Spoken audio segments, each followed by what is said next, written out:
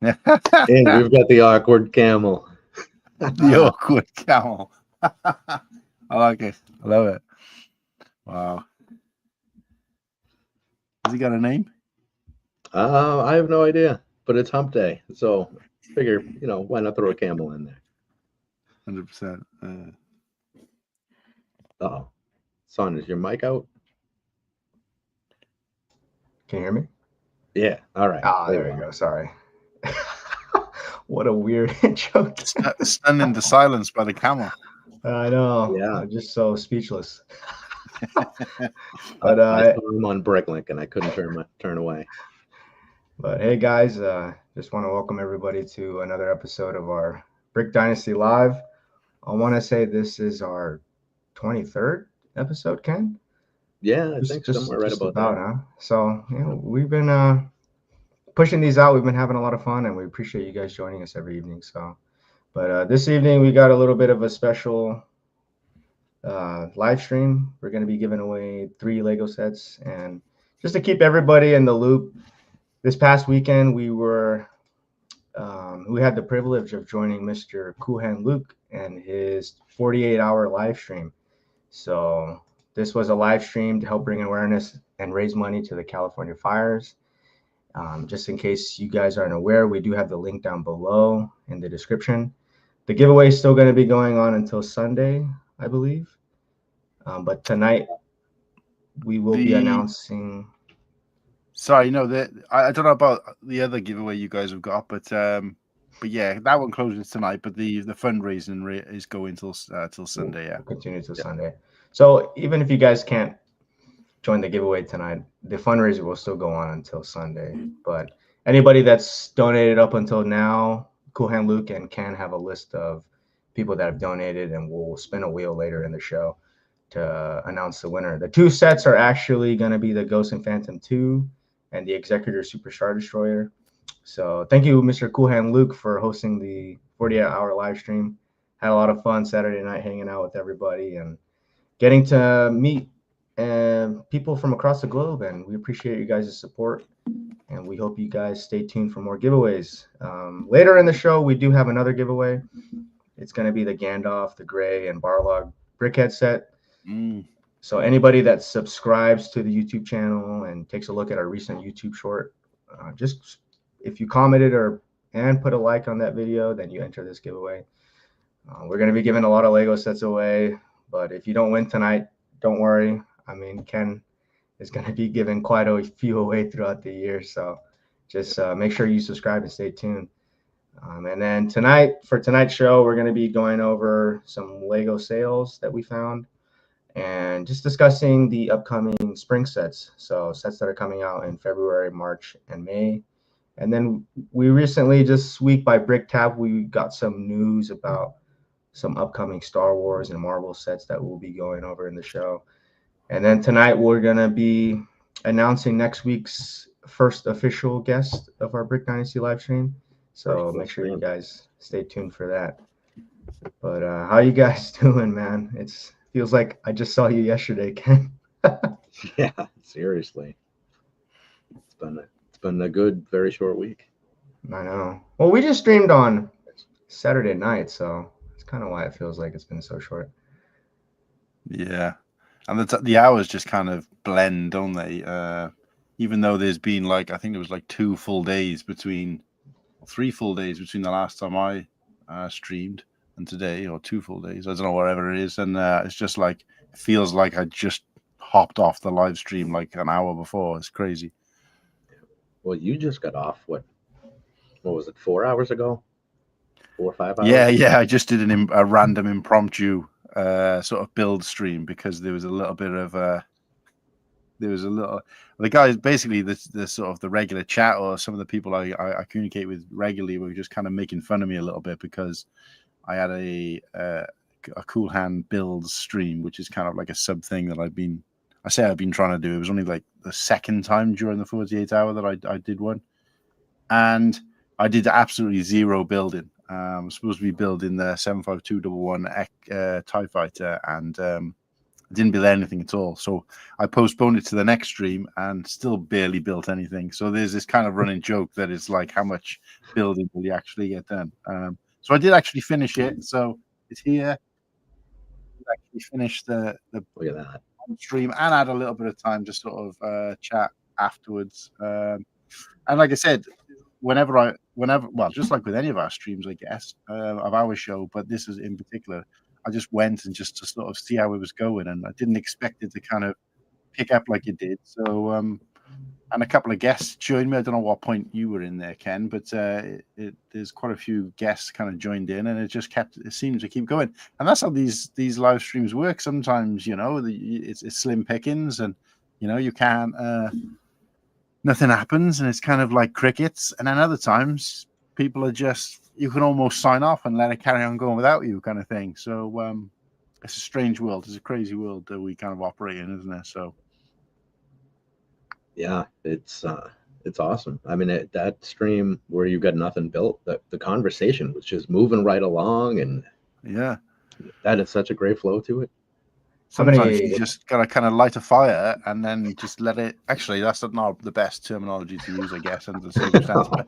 But sometimes you just kind of let, you know, push the ball or the snowball and just let it just kind of roll. But there have been times, don't get me wrong, where it's the complete opposite, you know, and you just can't get anybody to just, you know, you're asking questions from the chat, you're asking for topic suggestions, and it's just total cricket. So.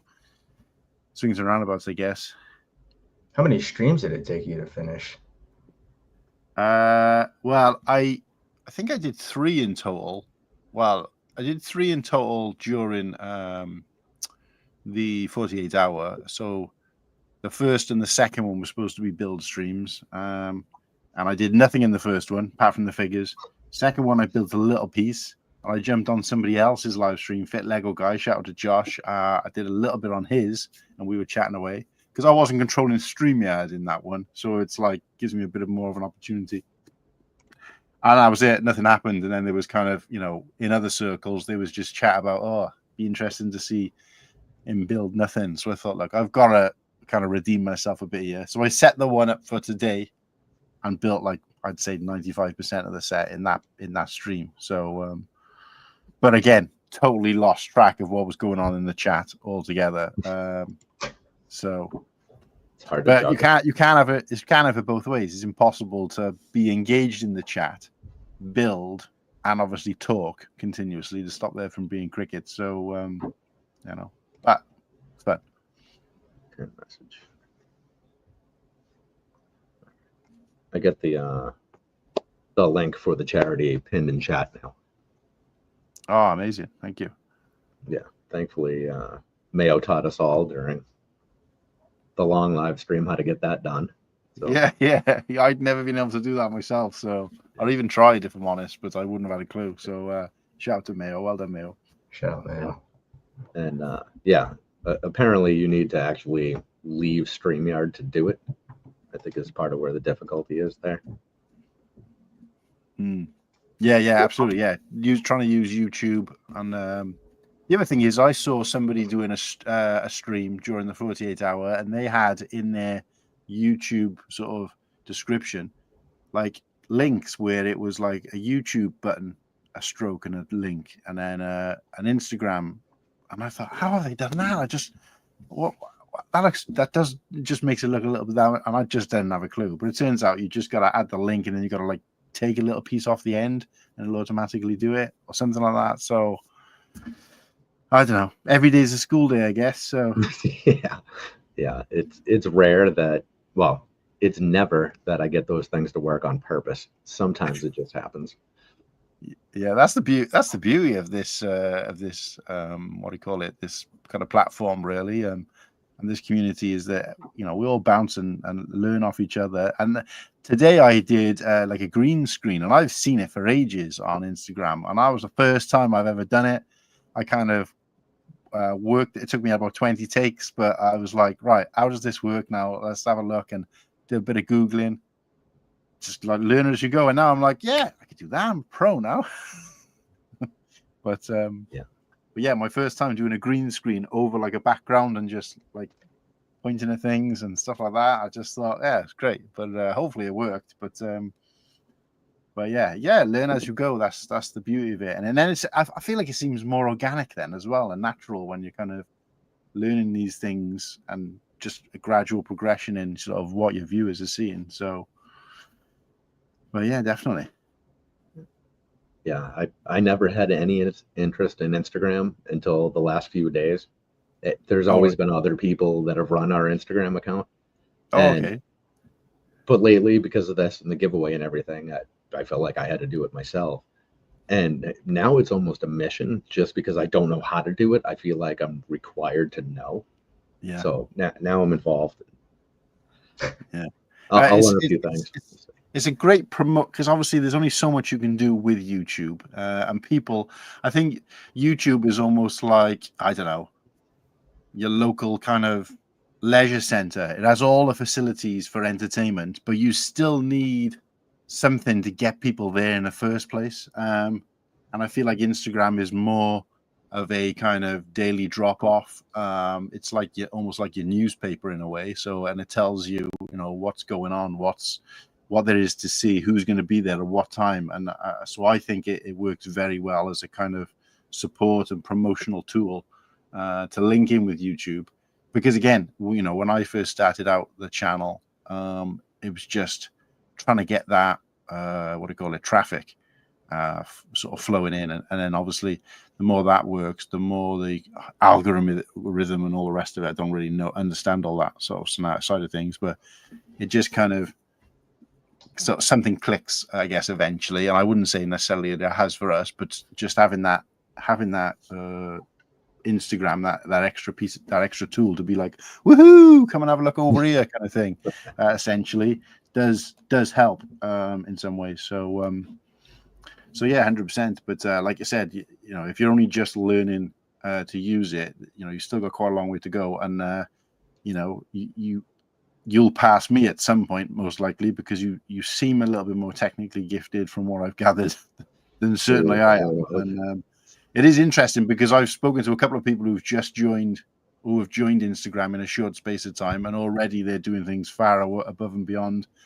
It's that level of kind of, some people, especially the younger generation, are able to sort of grab something like that and just within days they know how to use all the tools. And I'm still like, wait a second, how do I put a hashtag in something? So we're always going to get left behind, unfortunately. That's the way it is. Anytime I figure out how to do something, Saunders laughs and goes, "You know how to do that? Or you know what that is?" It's like, wait a minute. Yeah, 100%. Yeah. Oh. Hey, Derek. What's up, Derek? So What's up, Derek over here is responsible for our logo and our T-shirts and all of that fun stuff. Oh wow, okay.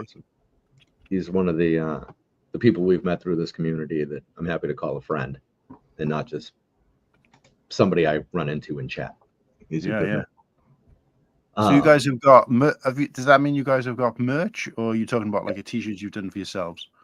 Yeah, we've got merch. It's, I don't know, what are we at? Maybe a dozen T-shirts or something. Yeah. Oh wow.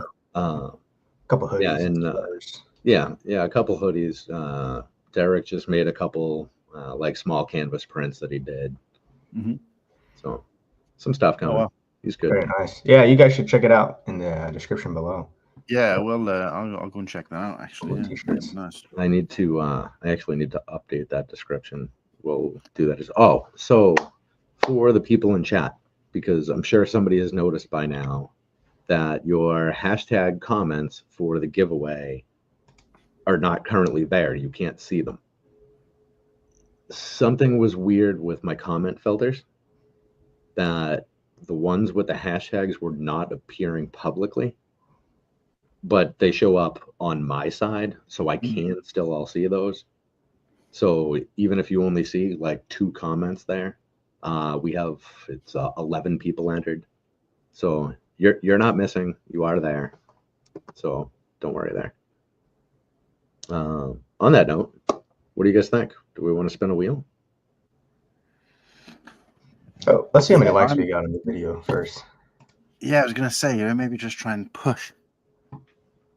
3 Ooh, likes. this is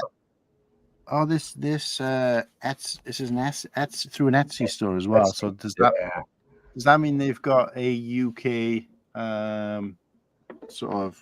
I found out about this today actually as well, that some of these Etsy sellers have got or producers have got like a UK based I don't know what they call it, so that it would be made here rather than shipped from the US. Oh, that's a great one. Derek, do you have any idea about that? Because I Can you really have love that stuff made over there. I love this Brick Dynasty Bad Batch style. This is nice. It's a good one. Oh yeah. Oh, that's the T-shirt you wore the other day. Dust Money. I didn't see the bottom half. Dust Money Millionaires. Nice. Stranger Things, Dynasty Things. It's like Ked's iconic shirt, the Dust Money Millionaire. Yeah, it's one of my favorites. I'm gonna have to rock some of this at Brickworld, I think. All right, missed the question. So, Derek, the question was, with your Etsy shop, are you able to set it up so some of that stuff can be printed in the UK? Yeah, have you got a fulfillment center? I think it's called a fulfillment center in the UK. That's all. I'm just out of curiosity. I mean, I could find out by clicking and seeing the shipping cost just blow through the roof as soon as I add a T-shirt to the basket, I guess. But you might get a quicker answer from him. Yeah, it's shipping from Etsy, even in the United States, is crazy. I went and signed up for whatever it's called, Etsy Insiders or something. It's like something stupid. It's $25-$30 a year. Three orders and you've already saved money. Oh wow, yeah. I believe so. Yes. Okay. Yeah, Etsy shipping does suck though. Sorry about that, guy. No, that's out of your control. You don't handle this with them. No worries. Yeah, no, absolutely. Yeah, 100%. That's not a dig in any means. It's more of a, like some of these I order from. There's another guy who does. I won't say names and stuff in this, but there's another guy who operates in the States, but because he's got a fulfillment center here, the postage is only the same as it would be ordering from, I guess, anything else. So in some cases the postage is free as well because of the cost. But no, this one's adding an £8.47 charge and then tax as well, which we wouldn't normally have if it was in the UK. So it is throwing it up by quite a lot, almost doubling it. So spicy. All right, we'll have to see if we can figure something out for that. But no, the T-shirts are fantastic. I like the designs. Let's see. All right, who we got in here with us? General Tron's Bricks, Brick by Brick Together, Game and Riot, Mayo, Derek. Am I missing anybody? NP. All right. Thanks for hanging out, guys. Appreciate you jumping in. All right. So hopefully everybody's hit that thumbs up. I believe all of you guys are subbed. If you are not, please do so. That would be awesome. And the giveaway link, the donation link is pinned in chat. If you want to hop in and make a donation, any amount at all, feel free to keep it private. $1, anything at all helps. It's all going to an awesome cause. So if you want to get in and do that. And we still play by the same comment rules at this point. What are we thinking there? What do you mean comment rule? Go back to the last video and leave a comment? Yeah. Or I mean, you could drop it in the chat here too, huh? Yeah, let's do that. You guys are here. You're live with us on giveaway day. Just put hashtag, I don't know, whatever it was, 48-hour live stream. Drop that in chat and have a donation. And we'll keep tabs on it and we'll give it a couple minutes. Yeah. get that wheel is spinning. We could have a last-minute warrior dives in and saves the day. Yeah, I mean, this is an important cause, so we'll give it an extra couple minutes here. Let you guys jump in if you want to, if you haven't been there yet. Yeah, just think for the cost of, I don't know why you guys would use as a kind of a measure, for the cost of a coffee, which I think it might actually be quite expensive, but let's just say for $1 a like, a sub, 3 minutes of your time, you get a chance to win 2 crispy sealed in box sets delivered to your doorstep, and that's it. It costs nothing, guys, and obviously you're doing your part in that is to do something towards this charitable foundation, aka the California Fire Foundation, which is doing fantastic work out there. And just to sort of mention, this Fire Foundation not only goes to help the sort of, it's like mental health services. They fund mental health services available to the sort of fire departments, the families of fire departments, and the families of those displaced in the local areas, sort of close in proximity to these fire departments. So all round, giving that, it gives that level of support right now for everything that's going on out there, but it also has a continuing effect on people who might have been sort of, PTSD, that kind of thing, from some of the things that have happened. Because of course, the physical fire is the one thing, but the aftermath, as anybody knows who's been unfortunate enough to sort of be involved in any kind of fire, the aftermath can last, a lifetime for some people. It can be such a harrowing event that they can never get over it. Things can be replaced, but livelihoods and emotions can't always necessarily be sort of like gone out and rebought, if that makes sense. So yeah, just consider that, guys, when you go to give a donation.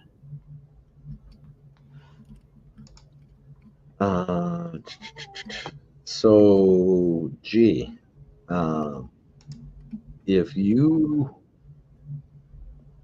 donated, and you say you already commented, if you don't want to do it publicly in chat, that's cool. If you want to DM me on Instagram or something with your name, I do not believe I have you on the wheel, but I want to make sure you're entered in there. Sometimes it gets hard to cross-reference names. So yeah, you might be under a different name when he's given the donation. So you just need to let us know, what that name is. If you're comfortable with doing that, obviously, but we can marry her up. Yep. All right, give me 1 second here, guys.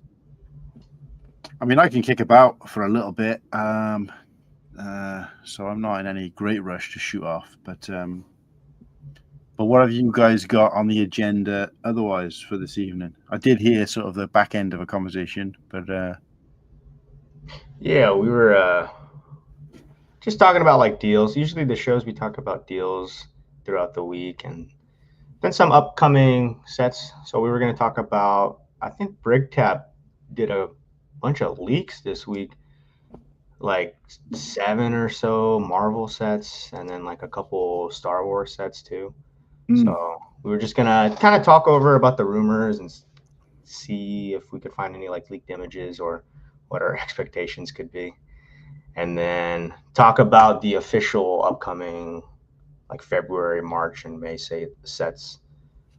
Yeah, and then we got another giveaway too. It's kind of crazy that it all kind of lined up in the same week. So yeah.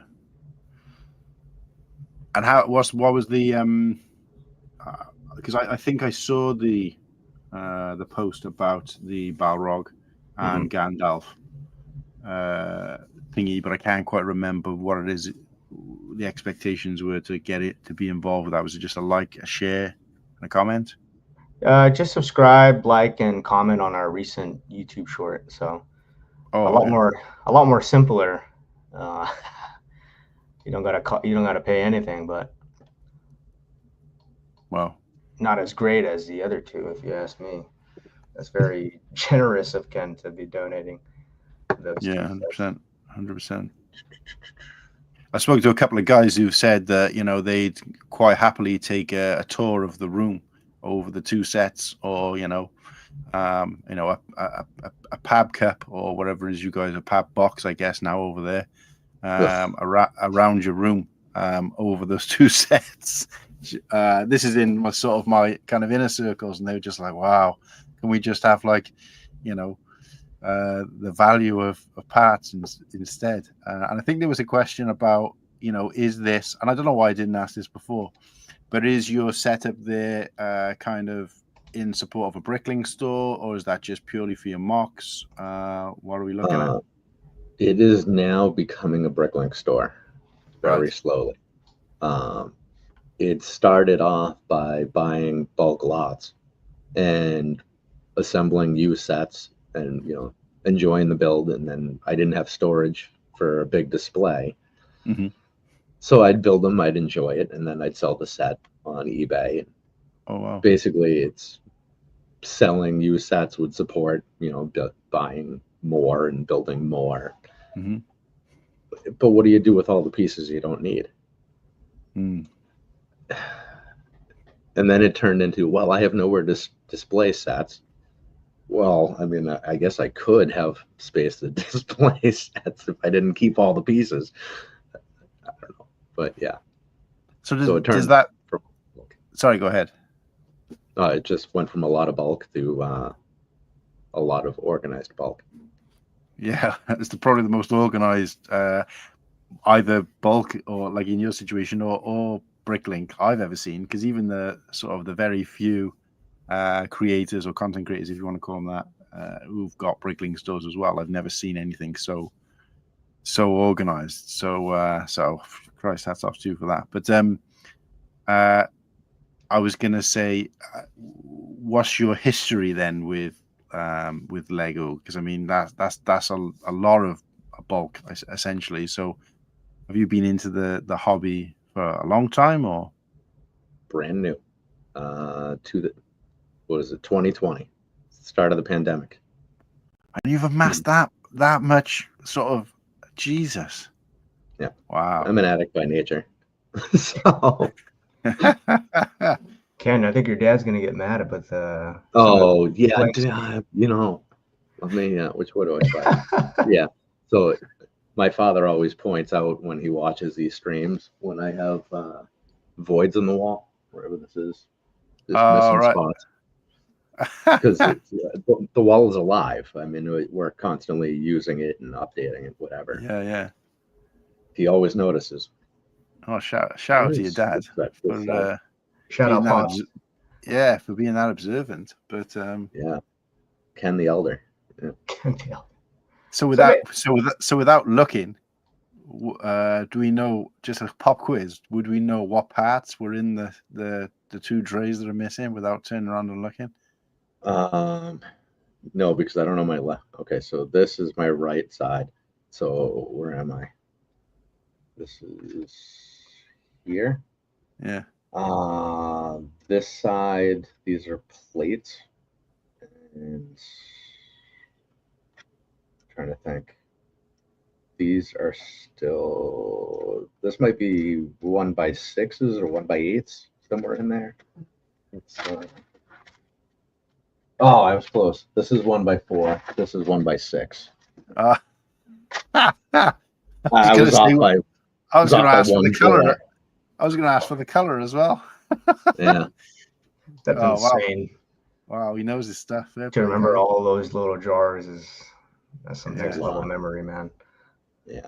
So I just ordered double-sided sticky pads because on Instagram I saw that somebody was putting the sticky pad on and then actually mounting a piece on the front of their drawer. I've seen that. Where did I see that? Yeah, I've seen that. I mean, there's probably a few people doing it, but yeah, so that's such a great idea. I mean, obviously, there's going to be some parts that won't. I guess you wouldn't have put any bigger plates and stuff in those anyway. But no, that is a fantastic idea. And Christ, I wish I had the time to just do something like that. Time. Yeah, that will be a lifesaver just for the Technic parts. Because There are some pieces that no normal person knows the name of some of these parts. You know, it's the one that's got the thing that goes like this, and come on. I'm Yeah, so sorry. we were on the live earlier, and it was like a good friend of mine, Padawan. We've just kind of been around in sort of both existed in chats from other groups for over a year now.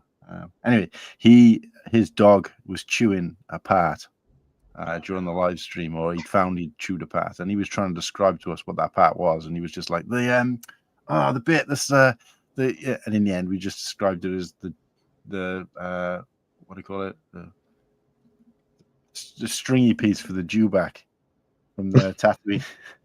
I don't even know. I still can't even think what it's called. You know, they hold the reins Yeah. for the dewback. I mean, I don't. Oh. That's probably got a name, but it was just kind of like the long stringy bit for the dewback, and it was just like, yeah. Kind of looks like an H made out of rubber. That's right. Yeah, I believe so. Yeah. I mean, I've got that set somewhere, but Christ pass. He's lucky he had an extra one, to be honest with you, because I don't think they're particularly cheap either. So. Yeah, I think I have the what's it called? The Boda, whatever it is, the other lizard looking thing from Star Wars. And a boga, yeah. Whatever that one's called. I'm missing his harness. And wow. I think I might have put that up in my Bricklink store. And I like to sell things complete whenever I can. And it was like $6 for that part. Like, all right, people can figure it out themselves. Well, there's you might have seen this on, I can't remember whether I think I shared it on another live stream that I was on over the weekend, but I managed to finish parting out from a bulk lot that I bought, the Battle of Endor set that comes with an ATST, a smaller ATST walker, and you've got like the bunker. And the majority of the parts are in there, and I just kind of deduced that by looking at some unusual parts and being like, how many sets does this belong to? Seeing how many, in case anybody doesn't know how to use Bricklink in the chat, look at the part, find how many sets it belonged to, and then out of those sets you can deduce, right, well actually I can see this, right, okay, I've got the Endor bunker, and then go through, get as many of the pieces as you can, and I think I was left with about maybe 15% of the pieces missing.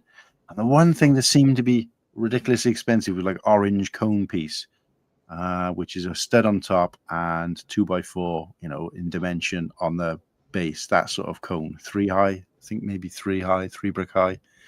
Anyway, that piece seemed to be ridiculously expensive in the UK, and I think I needed about 8 of them. And I was just like, I'm not paying that. So I just ended up getting in a different color. I don't think it'll really matter. And as it happens, never built the set yet. This was years ago. Part this out. Still haven't built the set, and it's just a whole story for me. So we won't go into that rabbit hole. But my fiance recently brought back. I don't even want to guess the weight, and of course, with the difference in how you guys measure it, won't mean anything anyway. But sacks and sacks of Lego that was part of without going into too much detail, her company allowed her to take home. That was in her stock for a make and take event that they'd had or planned to have in the store at a certain point, because they do sell Lego with the company she works for, and it's just been kicking about in the warehouse, and the boss just said, look, that event was cancelled. I think it was cancelled during COVID time or something like that, but they still had all the stock, so they just said, let the staff take it home. Staff were like, not interested in Lego or don't have kids or whatever, so she was like, right, I'll take it all. So I had to go and collect it to bring it out. Oh Christ, I almost broke my back bringing her home. I don't know how she was managing until I went to meet her, because I only met her about halfway, and it's bags and bags. Anyway, digging through it, just quickly breezing through it, and what do I find? These orange cones in the right color. Yeah, I can build that stick properly now. And there's tons of them in there. So I'm going to have to do a sorting video, I think, first. So it'll be nice content, going through and sorting it all out, and then yeah, seeing what I've got. But at the moment, the next thing I'm going to be using it for, before I sort it, it's going to form the floor of a day that so I told people if we hit 600, because we were just over the target by quite a bit. I think we were about 500. something when my closing show went live on Sunday night. And we had about 4 hours of show. So I just said to the guys, look, if we can get it to 600 by the end of the show, I'll walk on a bunch of Lego, just, for a laugh. So, and we hit it, before the end of the show, we'd gone to sort of 630, something like that. And this, of course, by the end of the stream, I was shattered. And I was just like, can I do it next stream, please? And of course, I'm quite lucky and it's probably the same with you guys, that we do seem to have like a hardcore, very small, but hardcore group of people who will always be in the chat. And of course, 90% of them were like, yeah, we'll be back for next week. It's almost like, it's nice to give them something to look forward to the next episode anyway. So it's like, right, next episode, guys, hold me to it. I will be walking on a bunch of Lego and film it, live on the stream. And we'll see how that goes down. But should put a bunch of Lego on a treadmill and then I'll run. Yeah. That's actually a pretty good idea, but I don't own a treadmill, unfortunately. But and I couldn't run on it at the moment anyway, the way I'm feeling. I don't know how I'm going to do the walking, if I'm totally honest. But we'll do it. We've committed to doing it. I mean, fair play to Ostif as well. I know you guys were talking about him briefly after I left the last show that I kind of popped in on viewers. But Ostif's a good friend of mine, and he's also one of the co-hosts for our show. But he pledged if we'd hit a certain target, I think if we'd hit the target by the end of the week, by the end of the 48 hours, that he pledged to. Ken, I see you smiling. I think you know about this. Saunders, you may not. So I was on Hive's stream, guest on Hive's stream on Thursday. I don't know if you know. Do you guys know Brickheadz? Yep. So he did a stream on Thursday. I've popped on his show quite a few times. He's another good friend of mine. But we were chatting away, and I had an Imperial V-Wing that I was building. I don't know, you guys as what viewers may not be huge Star Wars fans necessarily, but I had the Imperial black and grey V-Wing, which I was just in the process of taking apart. And while the pieces were sat in front of me, I thought, see if I could build something else with this. I was on Hive stream, so I wasn't controlling his, I didn't have anything else to do other than engage and build. So it was great. So I was kind of messing about, and I ended up building this kind of ugly mech thing, which, some people have said is quite good. Others have said, that's a stinker, take it apart. But as soon as I pulled it up and showed it on screen, Austin was like, if you can hit the target over the weekend, I'll get that tattooed on my body somewhere. And I was like, okay. And it was kind of a running joke. Well, he's committed to it, fully committed to it. He's mentioned it so many times. Now it's kind of circling that kind of little sub community who were involved with the 48-hour stream. He was mentioned on a few others. He's booked in the tattoo with his tattooist. I've got to send him some still images of the thing for the tattooist artist to see, and he's going to be live. I don't know whether he's going to be doing it live stream because of the timings of it, but and obviously what they allow him to do in the tattoo studio. But he is definitely going to be filming it to show on a upcoming show. And this is what he's going to be getting. Oh my gosh! Did he say where he's going to get it tattooed? Well, we kept insisting it was the left butt cheek. But I don't know how sort of PC your streams usually are, so I'll be careful what I say. Not. But it's all right. Okay, so essentially, I think it's a thigh. I think it's going on a thigh. I think he was. I mean, he's probably more likely to show us his butt cheek than he is his thigh during Brick World. But yeah, this little guy is going to be this ugly thing. And the annoying part is that after he'd pledged that, I dropped it and it fell into pieces, and I was like, oh Christ. So I had to kind of rebuild it. But yeah, I thought I was quite proud of this, considering he's got a little shoulder cannons, he's got rocket boosters at the back, he's got his arms move, it's only sort of 1 point of articulation on his arm, 2 points of articulation on the leg. So that in itself has got a little bit of traction. So big robot. Mayo, you're killing me. Christ almighty. Oh, that's great. When I heard Austin mention the tattoo, like I was fully committed in my head that if somehow we came up short of the goal, I would have just thrown in the rest. Yeah, I'd have done the same thing. Yeah, it had to happen. I mean, I haven't made a donation myself, which you probably noticed because you've looked at the thing. And my plan is to try and sort of round it out quite generously, mostly because I don't get paid. I mean, I know there's such a thing as a credit card, but I don't get paid until this weekend. Oh, actually, what day is it today?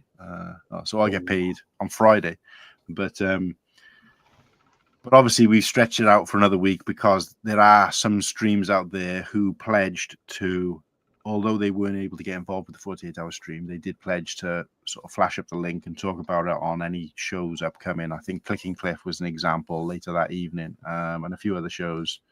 I think Bearded Bricks are currently live right now.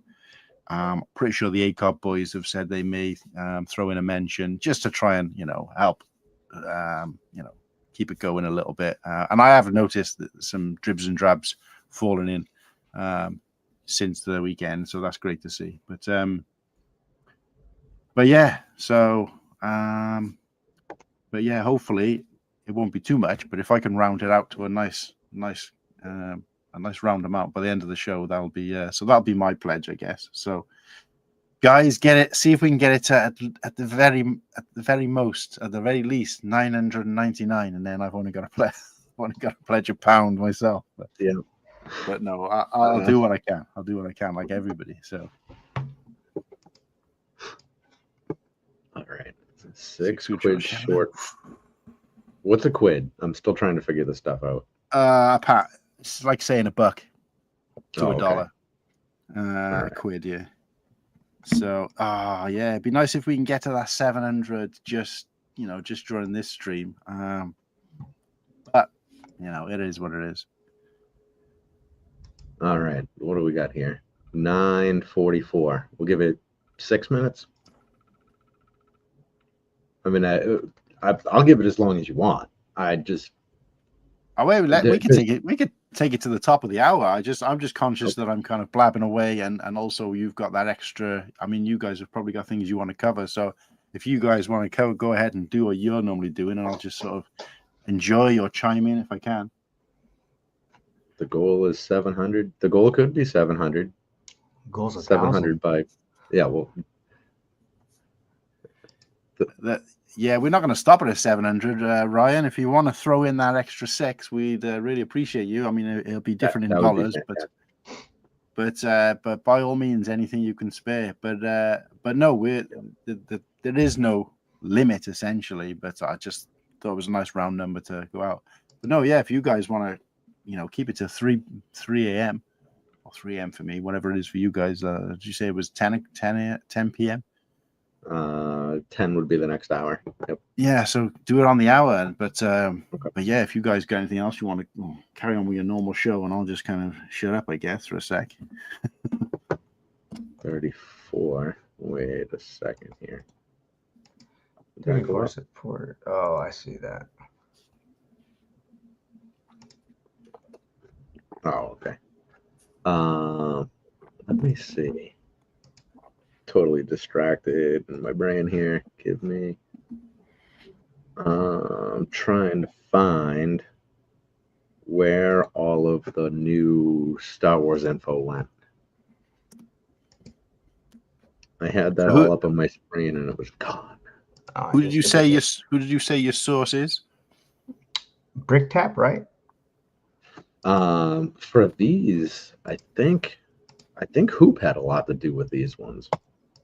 I mean, Coop gets his info from other people, but yeah, it's nice to consolidate into one place. So shout out to Coop. Yeah, get cooped. Yeah, I mean, his work has been great so far.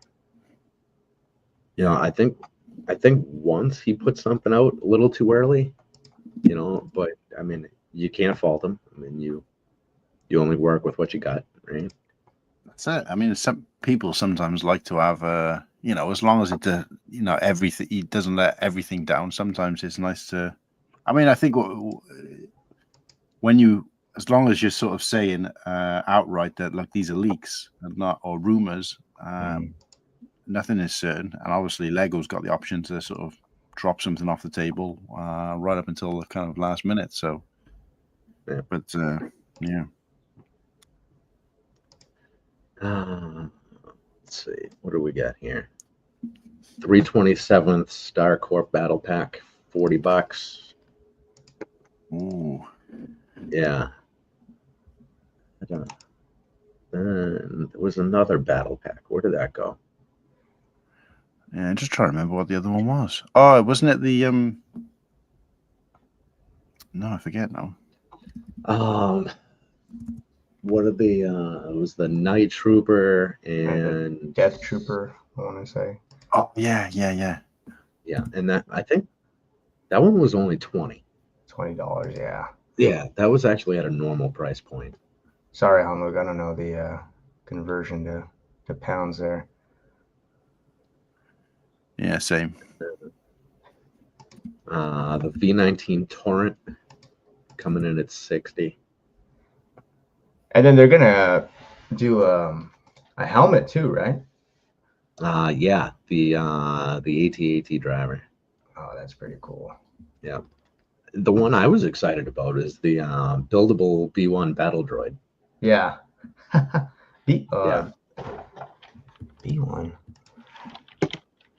Yeah. So if they do a good job with that, then I could put that next to my Droideka, and I will be very excited. Yeah. It's. When is that? Man, because Chopper's coming out too, right? I know, and I'm excited about that one. When is that one that's supposed to be coming out? I completely forgot. I don't know. That got lost in the mix there. I haven't seen them talk about it in a while. Okay. I'm sure I could find that. Yeah. I just threw that that B1 up there. I mean, I know it's not the B1. It's the kind of, I think that's the older version. I just threw that down there in the green room. Let's see. There's not a lot of information there. Oh yeah. If I'm on it. Yeah, there it is. It kind of looks like your build there, Hanlug. Yeah, it's actually I think mine's probably better looking than this thing, because this wave of sets that came out, I think there was a Droideka, which I think the Droideka was actually probably better because it does look a bit more suited to this style. I think there was this. There was a C-3PO. There was a Jango Fett. Oh, they were ugly. They were so ugly. I mean, I guess at the time they probably were limited. This was maybe before sort of Bionicle. So we had those kind of, those molded pieces or whatever, so this is a travesty. I mean, obviously it's not the best way to promote a new set, because the first thing you do is look at this and think, Christ, I'm not paying $99.99 for that. Mm-hmm. But I think you're just using it there as a kind of reference to give us an idea of what we potentially could be looking at. Yeah, but yeah, if you look at what they've done with some of these, I mean, this isn't the best example. Whoops, trash the place. This isn't the best example, but what they've done with some of these Lego sort of droid sets. I've got the Droideka here somewhere as well, but this is the Imperial Probe droid. I think what they've done with this, I think it's a fantastic looking set. I mean, apparently this is quite flimsy built, but if they can carry on in that vein, I'm actually quite excited to see what this one's going to look like. Yeah, I really enjoyed the Droideka. I thought that was a fun build. You have it on display behind you too, right, Ken? No. Well, it's on display. It's in front of me now instead of behind me. And it's a pretty big set, you'd say too, right? Yeah, I mean it's a good enough size. I mean, I could see it from clear across the room and make out what it is. Especially for what you're paying for like $51. I thought it's a pretty cool. Yeah, somewhere in there. Yeah, the big disappointment with that build is the mini Droideka is just pathetic. It's like embarrassingly bad. Yeah, I've heard so. Yeah, but I mean it's only like $3 in parts to go build your own older version. Yeah, there it is. Yeah, I think that's great. Yeah, it's why are they not showing it? It's strange that the front cover doesn't show with the stand. I only just noticed that. Does it fold up too into the ball or? Yeah. yeah. It rolls. Oh, Yeah, that's there it is. awesome. That's cool. Oh, it's right. Okay. Yeah, but yes, you're right. Looking at this thing down here, this guy is It's really good. embarrassing. It's so bad. Looks like a couple pieces just thrown together. Yeah. Yeah, it's What it's was the- actually kind of funny that that's the only Star Wars set I have up on display, and I'm very happy with it.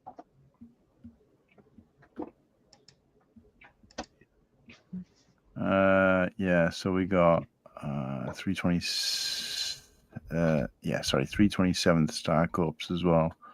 I mean, has there been an update on that? Because I can't see one on Coops, apart from the one that you shared a while back. Very limited information. August 1st, 2025, $39.99. I'm in the wrong page here. Here we go. Over here.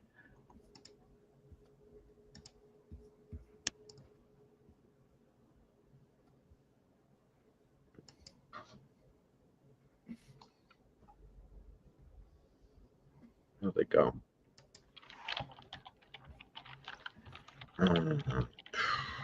All right. So what was the set number on that one? 75431. Okay. 75431. 258 pieces, 4 clone troopers, 3 super battle droids, includes ATRT, Walker, and spider droids. Yeah. Oh, So, right. wait, That's a hold bit on. more. Yeah, that's the one. Okay. That's Is there more information. a rumored price on that one already, or 40. 40? Yeah. Yeah. That seems about fair. Yeah. Where are you seeing that information? Where are you getting that from? That's under rumors and reveals in the ACOB Discord. Oh, in the Discord, right? Okay, I don't use that very often. I find it a bit overwhelming, but okay. Wow. So I'm guessing he's sharing more there and more detail there than he is on his Instagram page. So I'm wondering what the reason for that is. Somebody did an info dump for who? Zarkon, I guess, is the leaker on this one. Okay. Somebody did a dump in there for that. Let's see, Wally and Eve, Black Pearl.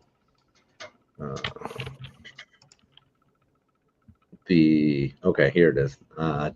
The other battle pack: 2 Death Troopers, 2 Night Troopers, and LA-AT patrol gunship. And that's 20. That seems like a reasonable price too. Patrol gunship. So that must be like a mini build. Yeah, I would think so. I'm quite excited for the V. I'm excited for the V19 Torrent, mostly because I've got the older version. I've still never built it. Surprise, surprise. But it'd be nice to see how it compares. Because apparently, from what people have told me about the original version, that it's quite oversized for what it needed to be. So in this, it's the one kind of time that Lego can probably downscale it and get away with it, I guess. So if that's what happens, but what's the other one here? There was something else. A whole bunch of Marvel info that we're finally getting the How to Train Your Dragon too. Oh wow, icons. Yeah, that's pretty cool.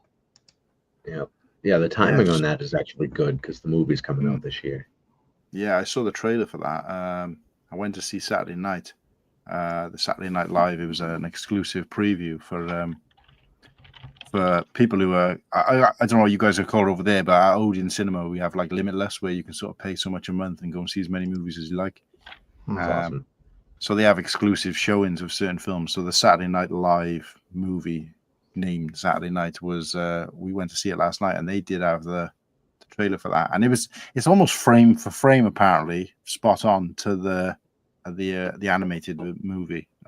Interesting. Which I think is good, but also kind of a bit, it does seem a bit, I don't know, like they've kind of cheated a little bit, because it's not it's not particularly original then, is it? But to open it up to a newer generation of people, I think is safe bet, I guess.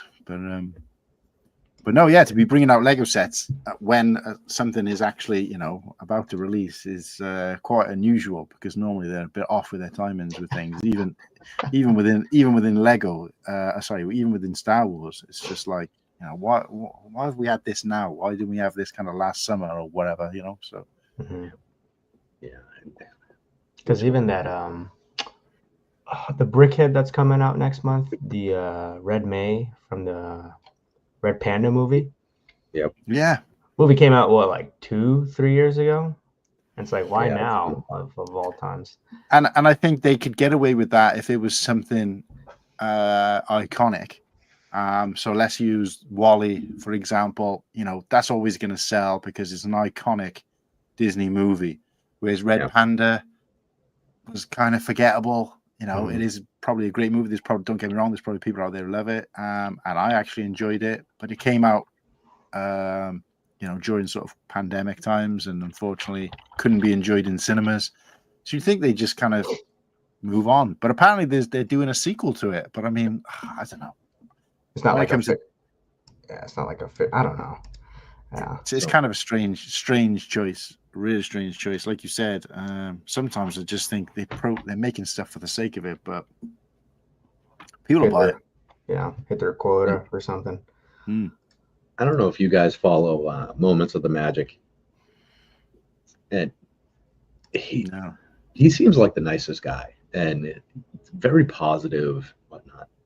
And when those sets were revealed, Dumbo, Eeyore, May, whatever it's called there, and the Lilo and Stitch house, he did a video on it, just talking about them being released. And it felt like he was really stretching to say something positive about that that Red Panda thing there. Yeah, it's like he was trying. He's like, well, I don't know if this is a day one buy, but maybe eventually. It's like, yeah, you're just so nice. Nice guy. Yeah. Most of us just rip Lego apart any chance we get, right? 100%. And he's a Brit as well, because I do know him from different sort of circles. But is he a Brit as well? Yeah. Or no? I'm even thinking it might be mixing him up with someone else. I'm trying to. I've gotten so used to hearing accents that I don't even notice them anymore. Yeah. Well, I take that back. The accents I can understand, I don't notice anymore, and there's a couple that I just can't hear through, honestly. But I don't remember an accent on him.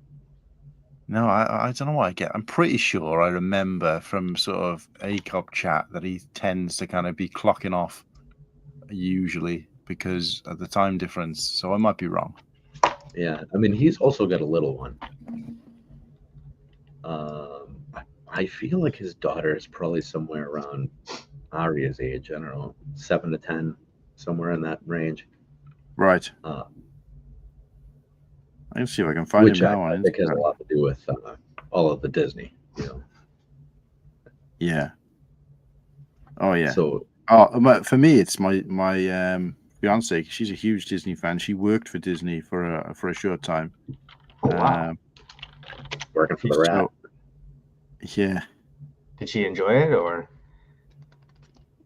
Yeah, absolutely. I mean, it's like being part of a kind of wider community. So yeah, the way they treat their staff and everything is, well, I say great, but obviously she was made redundant in the end. So and she wasn't, we're in the UK, so she wasn't working in Disney Park, but she worked for a Disney store. So she was a management for a Disney store because they were, they existed quite heavily over here in the UK, but post-pandemic they decided to sort of close the doors to all their stores bar one in London. And that was it. You know, there was kind of no sort of ceremony. It was just, we've decided to close our stores. They were kind of shutting them down one at a time, so they all knew it was coming, and that was the end of it. And they decided to just exist online, which is kind of disappointing, really, because Sucks, you know, I can remember the first Disney store opening here in Wales, and it was a massive thing, and they always had a fantastic presence. So it was, you know, heart-wrenching for her. I think the only saving grace for her is the majority of her team from that store ended up migrating to the place where she currently works. So at least she kept that, I guess. But yeah, moments of the magic. It didn't seem to point towards anything on his Instagram page. Yeah, he does whatever they're called, like stop motion builds that are so much fun to watch. I mean, that's the kind of thing that becomes a little redundant over time. But it's, if you haven't watched one in a while, I don't know. I think they're a lot of fun.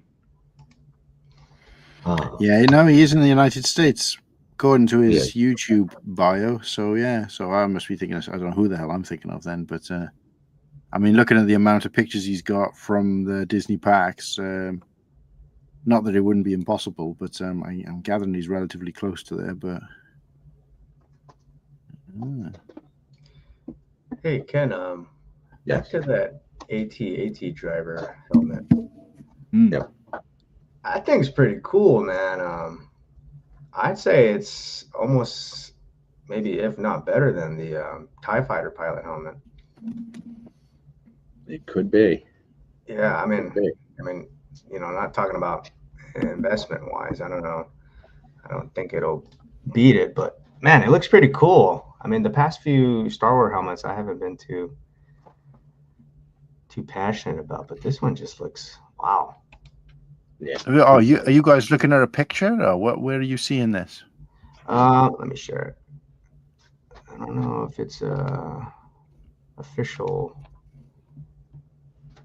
Yeah, I think somebody just did a like a digital render of it. Right. I was going to say, sometimes with these, we've got to be careful what we kind of throw up on the screen. So I'm conscious of that for you guys. But I think, yeah, those ones are pretty okay because they're just kind of. Yeah. And that's why I saw stuff from the Instagram more than anything else, because if we're showing it on here, then it already exists somewhere else. So it's not too bad. Yeah. All right. That would look pretty cool. Okay, so that's just a mock-up. But yeah, I mean, so what I don't think I see enough of here, that somebody posted an image from, I don't know, one of the cartoons. They got the dangly things on them. Yeah. The kind of pipe work that goes around. Yeah, you'd want to see at least that, wouldn't you? Or some representation of that, even if it just kind of started down. Oh, yeah. I think if they can draw some more attention to that, I think it'd be awesome. Yeah. I mean, it'd practically be the TIE Fighter pilot helmet, but just in white. But I don't know. I think it looks cool. Hey, I mean, perfect for people that weren't able to grab it. At least you could grab this instead. But man, it is crazy to think that some of these things kind of pop out to people. I mean, I know a lot of people are huge fans of the Scout Trooper, but being somebody who was kind of alive and watching these movies kind of, at the time in the early 80s, like, and then obviously being a fan of Star Wars in particular for many years later, right up until, I guess, up till today, it never really stopped. But it's weird because none of these things I ever remember being particularly stand out.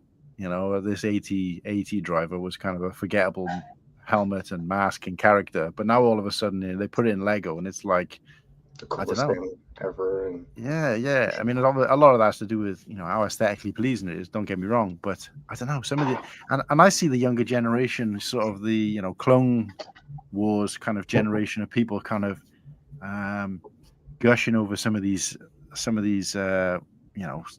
Scout Trooper, and I'm just thinking, yeah, it was a cool trooper. Don't get me wrong, but it was like it didn't seem to. I don't know. It's weird. Which one? The Scout Trooper? Well, I didn't really. Maybe not the Scout Trooper as such, but the Clone Wars version of the Scout Trooper, so on Kashyyyk. And I'm just like, Yeah, well, I remember when I remember seeing that, I thought, yeah, green version, okay, but it's just, I don't know, it's weird how sort of a newer generation looks back at movies, or watch movies at a different age, I guess, and have grown up having a different kind of connection to some of these characters and even troopers, for example, than I would have had, or my generation would have had. So it's weird. It is kind of weird when you see that. Cool falling. Yeah, that's true. Yeah, that's a good point. I think my generation is like, they see that it costs a lot and it has a lot of monetary value, so they think, oh wow, this is the coolest trooper ever, and they just buy into the hype too. But yeah, I kind of get it too. It's not like a character in the movies that popped out to you as opposed to like Darth Vader or everybody else. Yeah, that's that. Yeah, absolutely. So I was going to ask you that actually on Saturday when you hopped on, because you had mentioned that you started watching the sequels, and then that's what kind of brought you back into Lego Star Wars. Right. Yeah. Actually, yeah, because I did try to catch up a little bit, and I did see that you were like, I really wanted to know what, So, kind of misquoted a little bit. So essentially what happened is, I'll give a quick backstory. So was playing with Lego from, as early as I can remember. Went through the sort of 80s into early 90s when I was kind of, I had my own sort of money, pocket money to go and buy Lego sets. And I just kind of dabbled with whatever was popular at the time. I think gravitated to sort of Castle, Space, and Pirates when it first launched. I know there was like Robin Hood themes and things like that, which I remember thinking, not interested in, but that was it. And then I kind of fell out with Lego, which was normal at the time when you kind of grew out of Lego. And I think my parents tried to get me into what was like an earlier version of Technic then, where it was kind of like, larger figures, which were almost the size of like a normal action figure, a 3.5-inch kind of size. And as a teen, I remember getting a few of those sets where you could build like almost like a car, which looked similar to that Battle Droid sort of in terms of the style. It was kind of gangly. And I just think, now this isn't Lego for me. Lego is blocks, building blocks, building.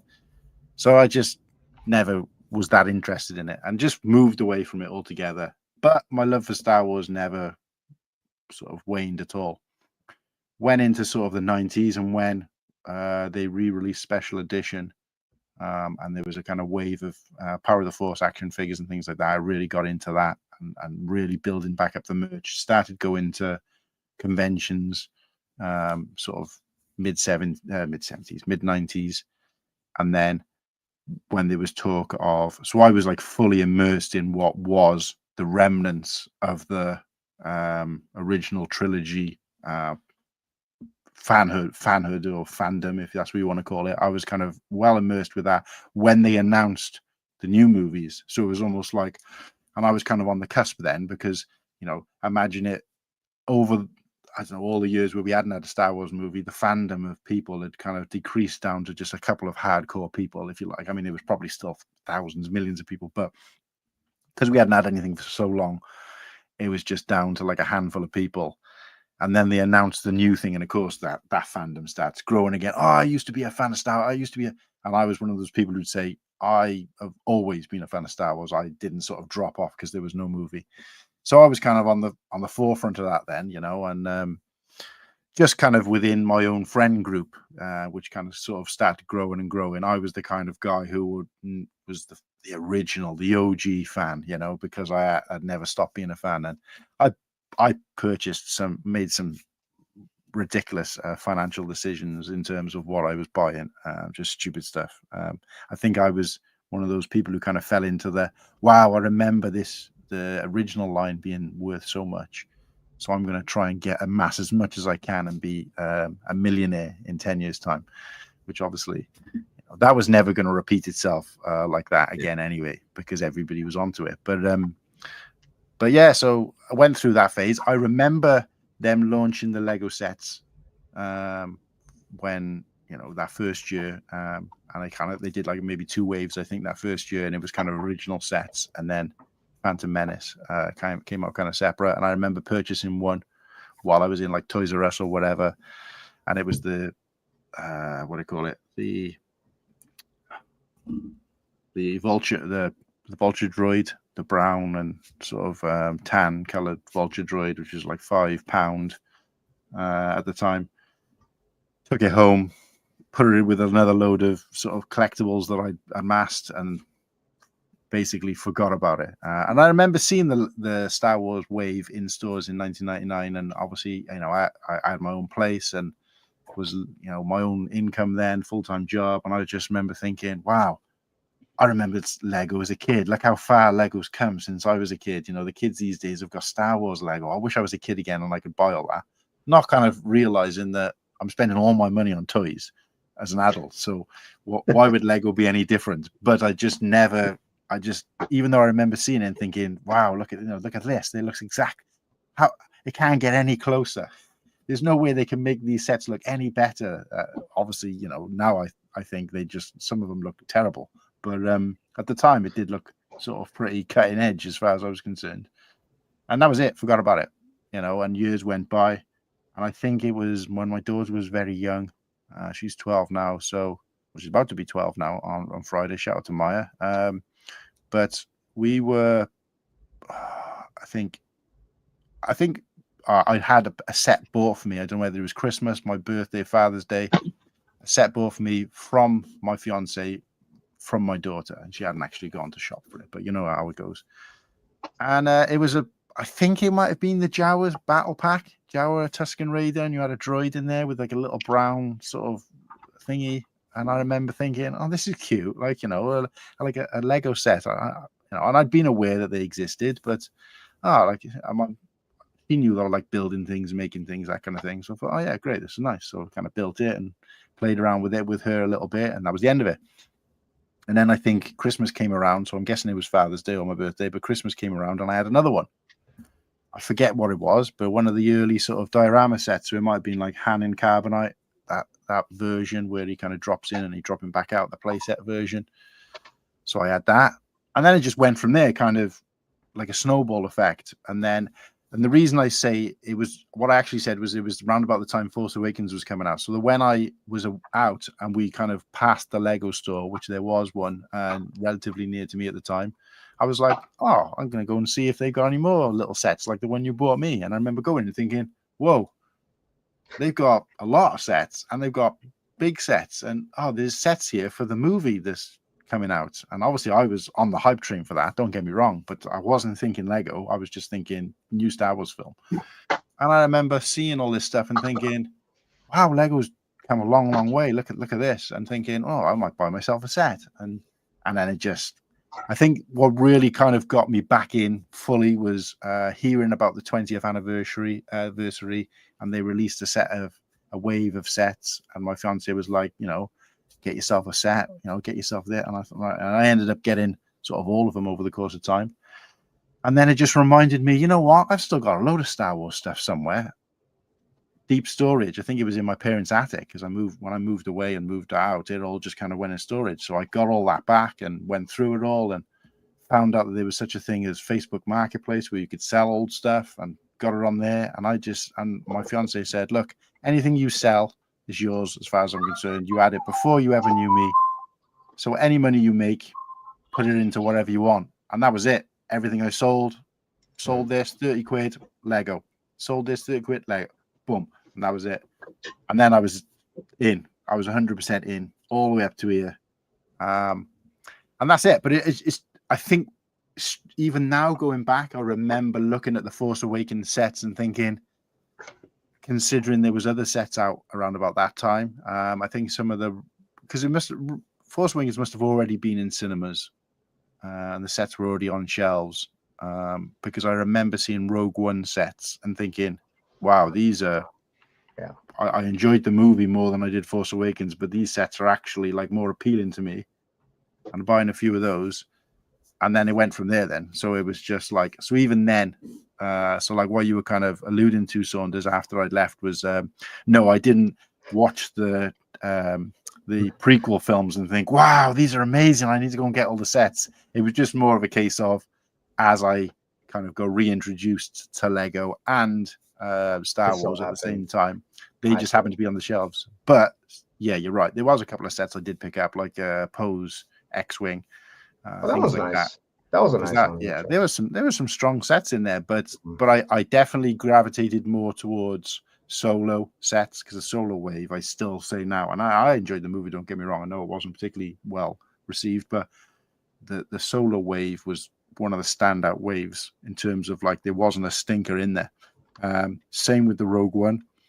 Maybe there was one sort of stinker in the Rogue One wave, which I think is that kind of landing pad type thing, but other than that, and then of course I was a little bit picky and choosy, but then I started going into the depths of the, and these are sets I never even knew existed because I wasn't ingratiated with it then, but started looking back and trying to find like older sets, and my finger was on the pulse then, because that was around about the time where people didn't realize what they had, so I was able to get, like, 4 or 5 sets used but in relatively good condition, all figures for next to nothing. Like, this X-wing is this TIE fighter is an example. So I got that for 40 quid with all figures and in almost perfect condition, although used.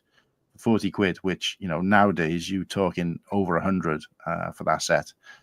But I was just quite lucky because I managed to get some of the older sets, some of the more sought after sets for next to nothing, because people didn't really know what it was they had. And that's it. That's my kind of story. And then I've just kind of fallen deeper and deeper into the hole, as Ken was sort of talking about earlier. But yeah, and when this 25th anniversary sort of wave came out, I just thought to myself, Jesus, has it been 5 years already?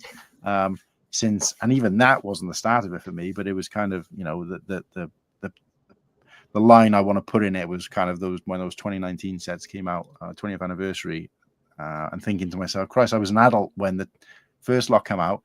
Not only did it give me an awakening to how old I am, but to how long already I've been back in Lego, So yeah, hey, that's a cool full circle back to Lego. Yeah. So sorry that was a bit long-winded, No. guys, but I love talking about this stuff. And not often you get to say your story, but I'm interested to know the same with you guys. What's your kind of, what's your kind of history with Lego? Even if it's not Star Wars, obviously, for whatever it is you guys follow more. So, go ahead, Saunders. Yeah. I grew up playing with Lego too. I still remember when battle packs were like $10 each, and like the small Indiana Jones. So that was my generation of when I was born in 1998. So like the early 2000 sets were the ones that I was like, oh man, I can't wait to go to Walmart to buy like a $10 set. I'd be like happy for like a couple months. Just like anybody else, you kind of just grow out of it. I think my friends stopped playing with Lego, and then I kind of got into sports. And I kind of bought here and there, maybe throughout high school. I remember during Force Awakens, I forgot which set it was, but we did.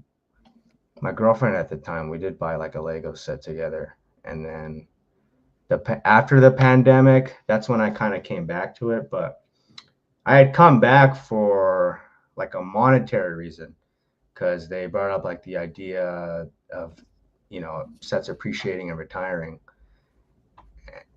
and I got into that. But then the more I looked into it, I was like, man, it's kind of cool to come back and kind of enjoy this hobby that you used to as a kid. I think especially when you get older, it's kind of hard to find different hobbies and different types of niches to connect with the community. So, I mean, the Lego community, sometimes it could be a little bit toxic, I guess, a little bit too hypercritical over things. But I mean, just from what we've seen this weekend, just to have support from across the globe for something like the fire in California that has nothing to do with Lego, it's pretty cool to see that this community is still so strong. So I would say I got back, it was like 2021, 2022. So just more recently. And then ever since being with Ken again, I've been not building every week, but I have been a little bit more interested in kind of building and collecting again. And man, it's pretty fun. And it's really expensive, but it's pretty fun. Not as expensive as I remember it as a kid, but Now it's like, Lego's releasing $1,000 Star Wars set now, so it's Not absolute madness. Crazy. long time coming. What's up, Daniel? We just need to hope that the Death Star is at Barnes and Noble.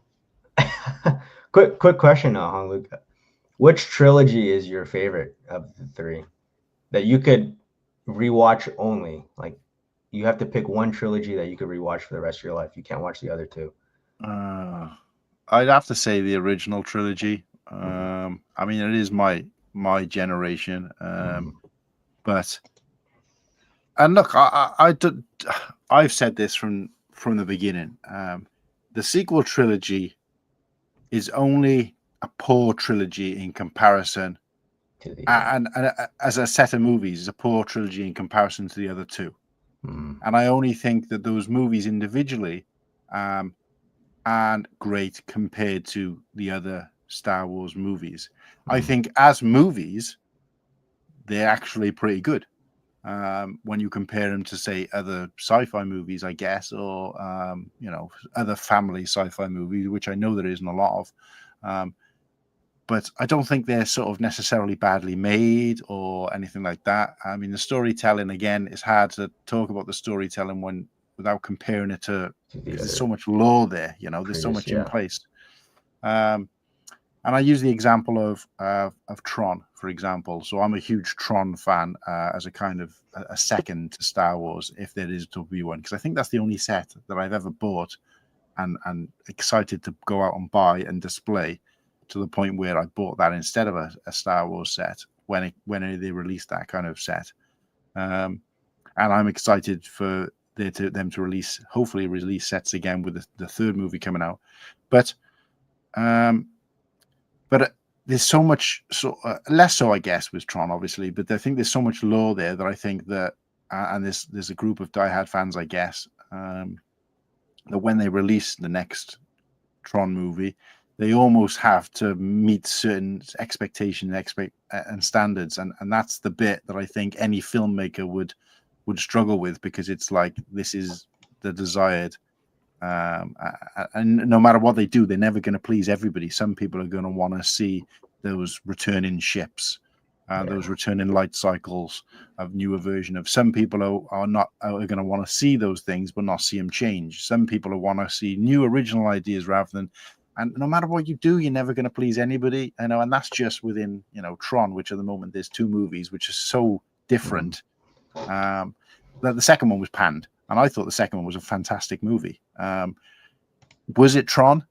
Yes, it had elements of it, but I think they were trying to be a bit more original. But I guess people were like, it's not Tron enough. And I'm thinking, well, yeah, but with the way that CGI is developed over that time, it never was going to be like, there's no way.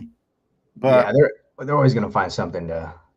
There's always going to be that people. And again, this is a way smaller community, and I'm talking Tron. So I think with Star Wars, I almost think that they didn't really have a chance. And I remember the sequel trilogy coming out, and it seems to be not many people who kind of remember this or got short memories. But I remember the sequel trilogy coming out and going and enjoying the movies, but then afterwards thinking, yeah, it was great, but how much of it was great because we got a Star Wars movie? How much of it was great because it tapped into my childhood? How much of it was great?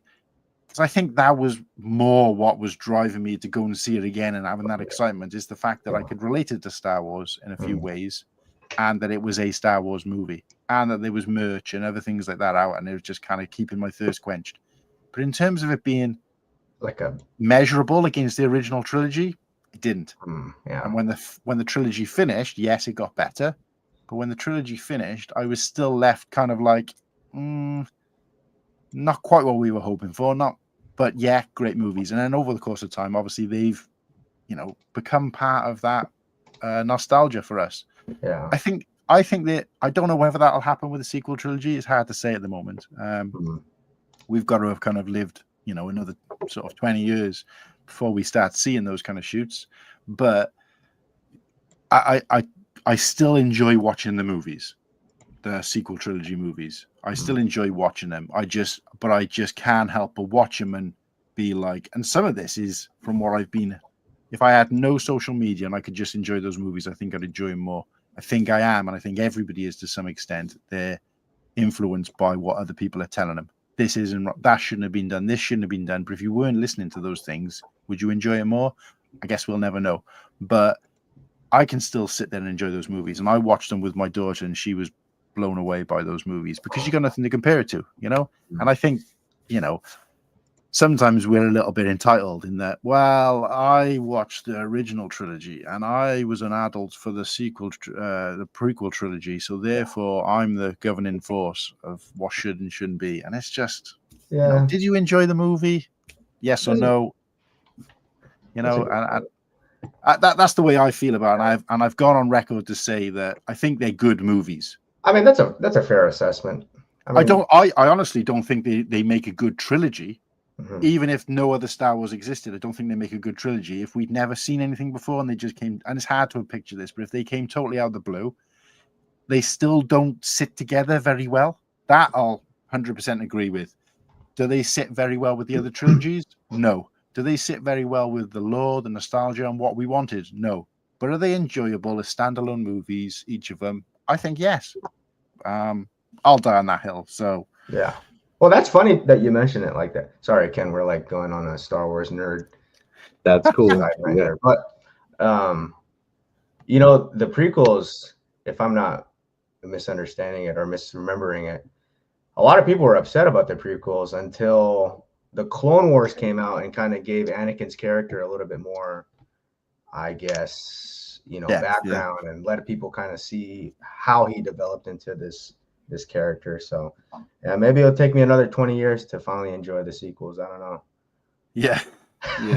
Hey, but I just checked the donations actually, and we're up to 715 pounds here. So wow. Yeah. Also, it appears as pounds to you guys as well. I didn't realize that. Yeah, I just converted it over to the US dollars on Google, but right. I just assumed it would show. No, it's still Right, it still shows the pound. So it's 35. Whoever that one person that donated, thank you, man. Yeah, they did it anonymously. Just 40 minutes ago, yeah. Sons of bitches. Yeah. So they did the name anonymously and the amount anonymously. I mean, obviously, I don't want to call anybody out and work out what that amount was because it's kind of, we did sort of say we weren't going to do that, but it's strange. It's a struggle for me because there's a guy who's quite prominent in the community in terms of a viewer, not a.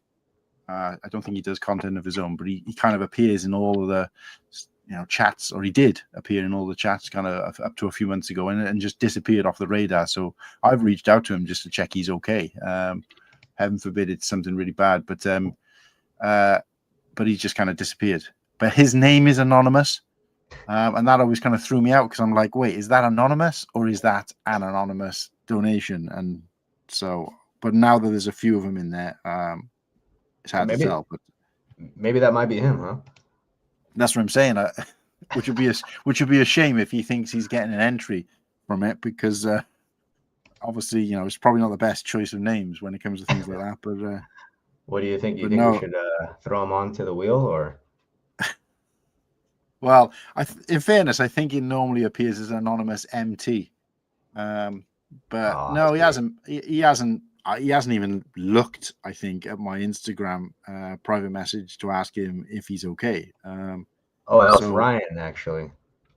Yeah, okay, that was Ryan. So yeah, all right. Thank you, Ryan, for chiming in there. I had thought so because he had asked about the goal, and then the donation had happened, like right after that. I see. Okay. Oh, okay, perfect. Well, thanks, Ryan. Very generous. Thank you, sir. I guess we can spin the wheel, huh? Yeah, let's go for it. Yeah. All right, here we go. Let me present. Oh, you know what? Let's try this this new giveaway button here.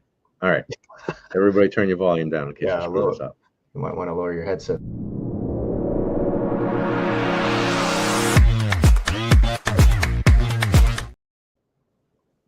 All right. Well, I didn't get to click the button in time to get the right window up. So, hey, I'll make that one longer next time. Where the hell? That's what she said. But Yeah. Well, there you have it. All right. Let's click this button, and this is for giveaway number 1. And without further ado, we will click a button. Good luck, everybody. Good luck. Good luck. Oh, Hey, all right. Gustavo, congrats, man. That's a beautiful Amazing. thing. He's from Brick Dynasty, if I'm not mistaken, too, right? He is. He is. Yeah, congrats, Gustavo. Oh yeah, I'm glad. Yeah, one of your viewers. Yeah, I'm excited. Save for Ken that. some money with shipping there. Yeah. Oh, is he US based? Yep. Oh, fantastic. Fantastic. All right. Congratulations, Gustavo. Yeah. All right. So now I'm going to do this real quick. And bear with me 1 second as I find this. And we're going to drop another list in. And we'll spin the wheel one more time. We are here.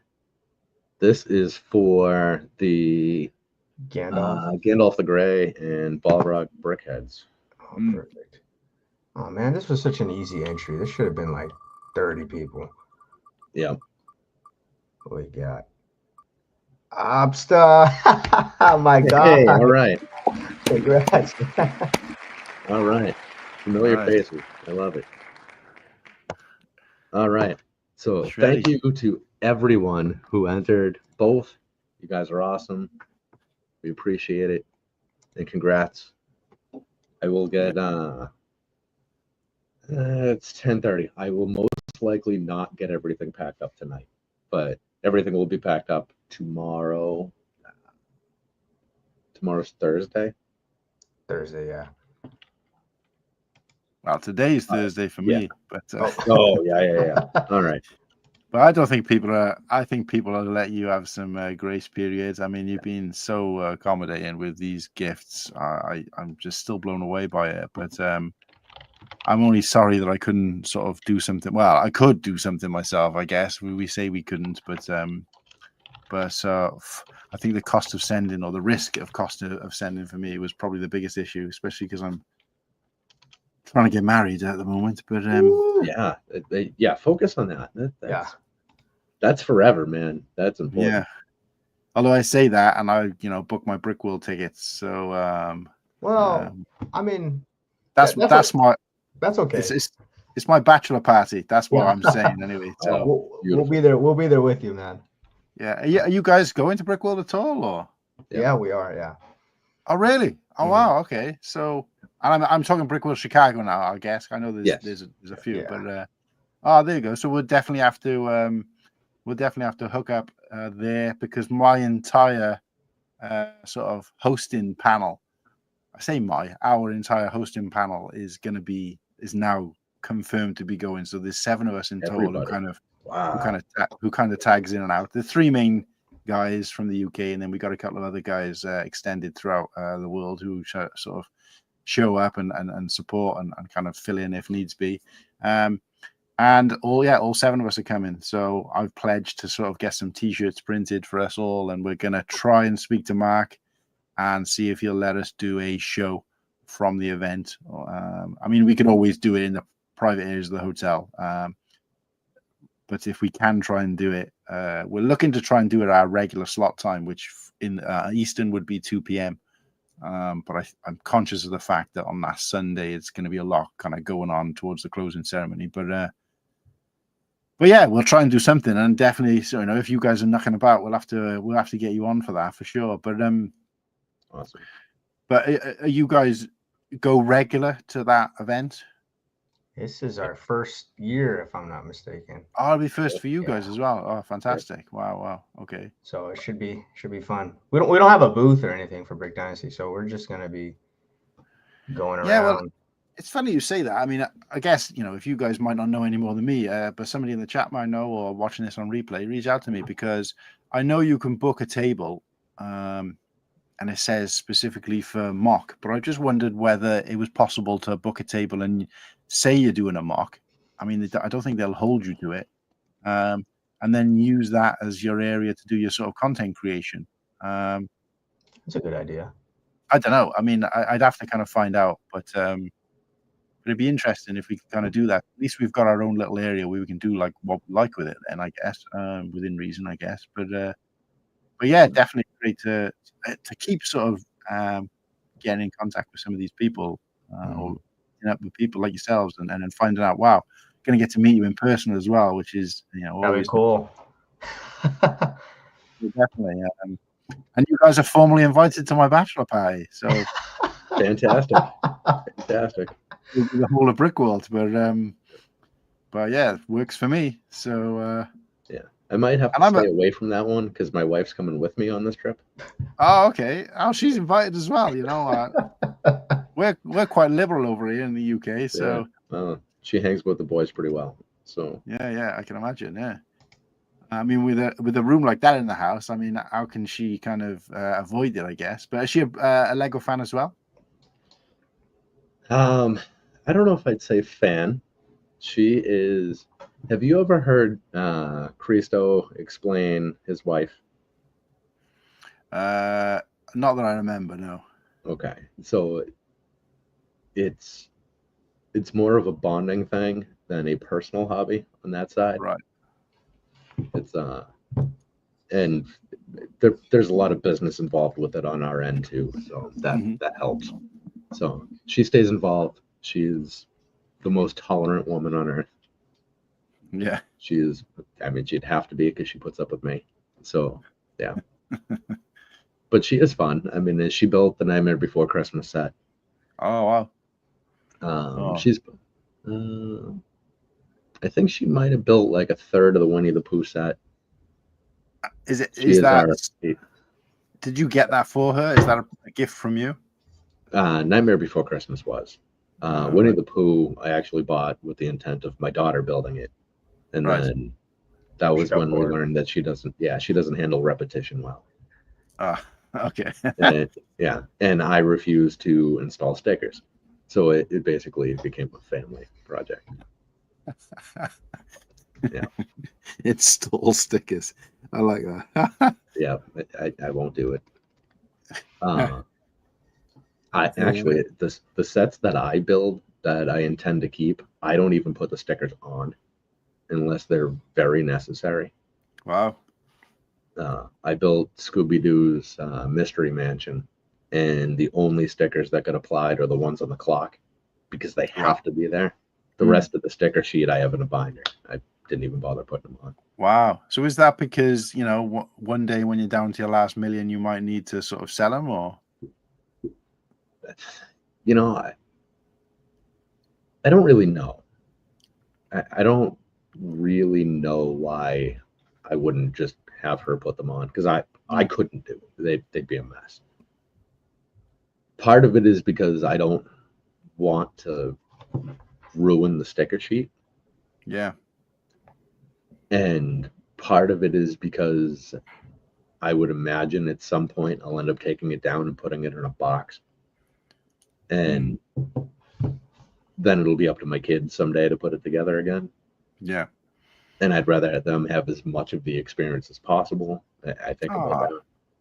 But that's a sweet idea. But I do have it displayed now, and without the numbers on the clock, it looks stupid. Yeah. Like I tried it that way initially, and it just looks ridiculous. So at least those had to go on. And man, I love that set. That one was great. Yeah. My fiance has done the Hocus Pocus house, and I think what else was it? She started rebuilding it for Halloween and just kind of, I think, got a bit sort of bored with it. I mean, she comes from the sort of belief of once you've built it, it should just be on display, and you dust it from time to time, and that's it. Whereas I'm more of the house of, especially because I haven't got the space, certainly not for the size of collection I've got now, that it's kind of build, have on display for a while, take apart, build something else to make space, and at the moment I don't even do that. At the moment I build a couple of sets, I take them apart, I put them away again, because that's kind of limited at the moment. But no, and my daughter's more like start building, get bored, go and start building something else, get bored, and I'm just like, I couldn't have done that even as a kid. I just, I got to see it through. But she's been building the Grogu, the original, the first version of Grogu. Well, I think for about 3 years now. She still hasn't finished it. She's doing a little piece at a time. And I mean, I'm not one to talk because I built Mos Eisley Cantina and it probably took me about 4 months on and off. But that was because I dumped every single bag out into a tray and did it old school. Yeah. But working so long on Grogu, then even a new version came out. Yeah, exactly. Although I do think that the original version is better, I've gone on record to say that the new version just looks like a Furby inside the buildable Luke's helmet, turned upside down. But no, wow. That's my spin. Wow, Yeah, I see that now. Yeah. Oh, so somebody did it. Because I think Ryan from M&R stated that he thinks it's going to be, or somebody stated there's going to be Toy of the Year, and he agreed with it. And I was just like, really? I mean, I know I'm not the target demographic, but that thing? Oh, yeah. That's going to sell a lot of copies. Yeah, look, I can see but again, it's a bit, the timing of it is kind of stinks. I know there's a movie coming out, but I'm pretty sure that set will have, I don't know when the movie's due to come out. Is it later this year or early next year? That set will have had next year. That set will have probably, if it's not already gone, it'll have had its day by then. And you just think, why would they not have just kept that for the movie to come out? And it's just, I don't know. You question their timing on some of these things, but I don't know. Crazy. Yeah, I think Grogu is to Star Wars what the Ice Palace from Frozen is to Disney these days. There is just going to be something on the shelves at all times. Yeah. And kids love that little shit as well, don't they? So, I mean, the kids, and those kids have grown up as well a little bit, but, I think it is a kind of mum. I know my fiance loves Grogu as well. And, I think it's kind of like, what do they call it when you just add a kind of a cute character just to kind of make merch for? I don't know. There's a term. I've heard some terminology recently for it. Is it a cash grab or something like that, or cash? I don't know. Whatever the terminology is. Yeah. And he is definitely that. You can't help but think that's the only reason he exists. But no, I just still I think there's this that is something they could have held on for at least another sort of 6 months or whatever, but I don't know. It's crazy. Yeah. Well, I mean, they first released him so early he didn't have a name, right? Yeah. That's right. Kind of miss when they called him Baby Yoda. Yeah, and I get absolutely chastised every time I say that, because sometimes I accidentally say it, and my fiance will be like, "It's Grogu," and obviously she was working for the Disney store at the time when that character existed on every piece of merch you could think of. So when I say that, she's like, "Well, you can't. Why are you calling it that? He's not your. He's got in it." And I'm just like, it's just kind of stuck at the time, and for whatever reason, I couldn't shake it. So, no, it isn't cash cow, blackjack. I can't remember what the terminology is. I've only recently heard it, but they say it about when they put I don't know. It doesn't really matter. I guess the point is we all know what we're talking about. It's just the kind of money guy, I guess, or what pulls kids in and stuff. But it's crazy to see already that like my daughter had that Grogu when she was very young, and he was and already she's kind of grown out of that character in such a short space of time. And I'm just thinking, this franchise is just moving so quickly. And how come all of our kids are aging faster than this character? That's what yeah, absolutely, yeah. But what about yourself, Ken? I know we kind of both touched on it, and again, I'm appreciative of the fact that you guys have got probably a list of content that you actually wanted to cover. So I'll probably say my goodbyes soon. But I'm just interested to know what your kind of story is with Lego. Maybe not Star Wars so much, but with Lego in particular. So my story is I guess, very unorthodox for the community. I came in from the reselling side of things. Right. At the beginning of the pandemic, you know, we'll do the abridged version, I guess. Basically, I found out that there was money in Lego.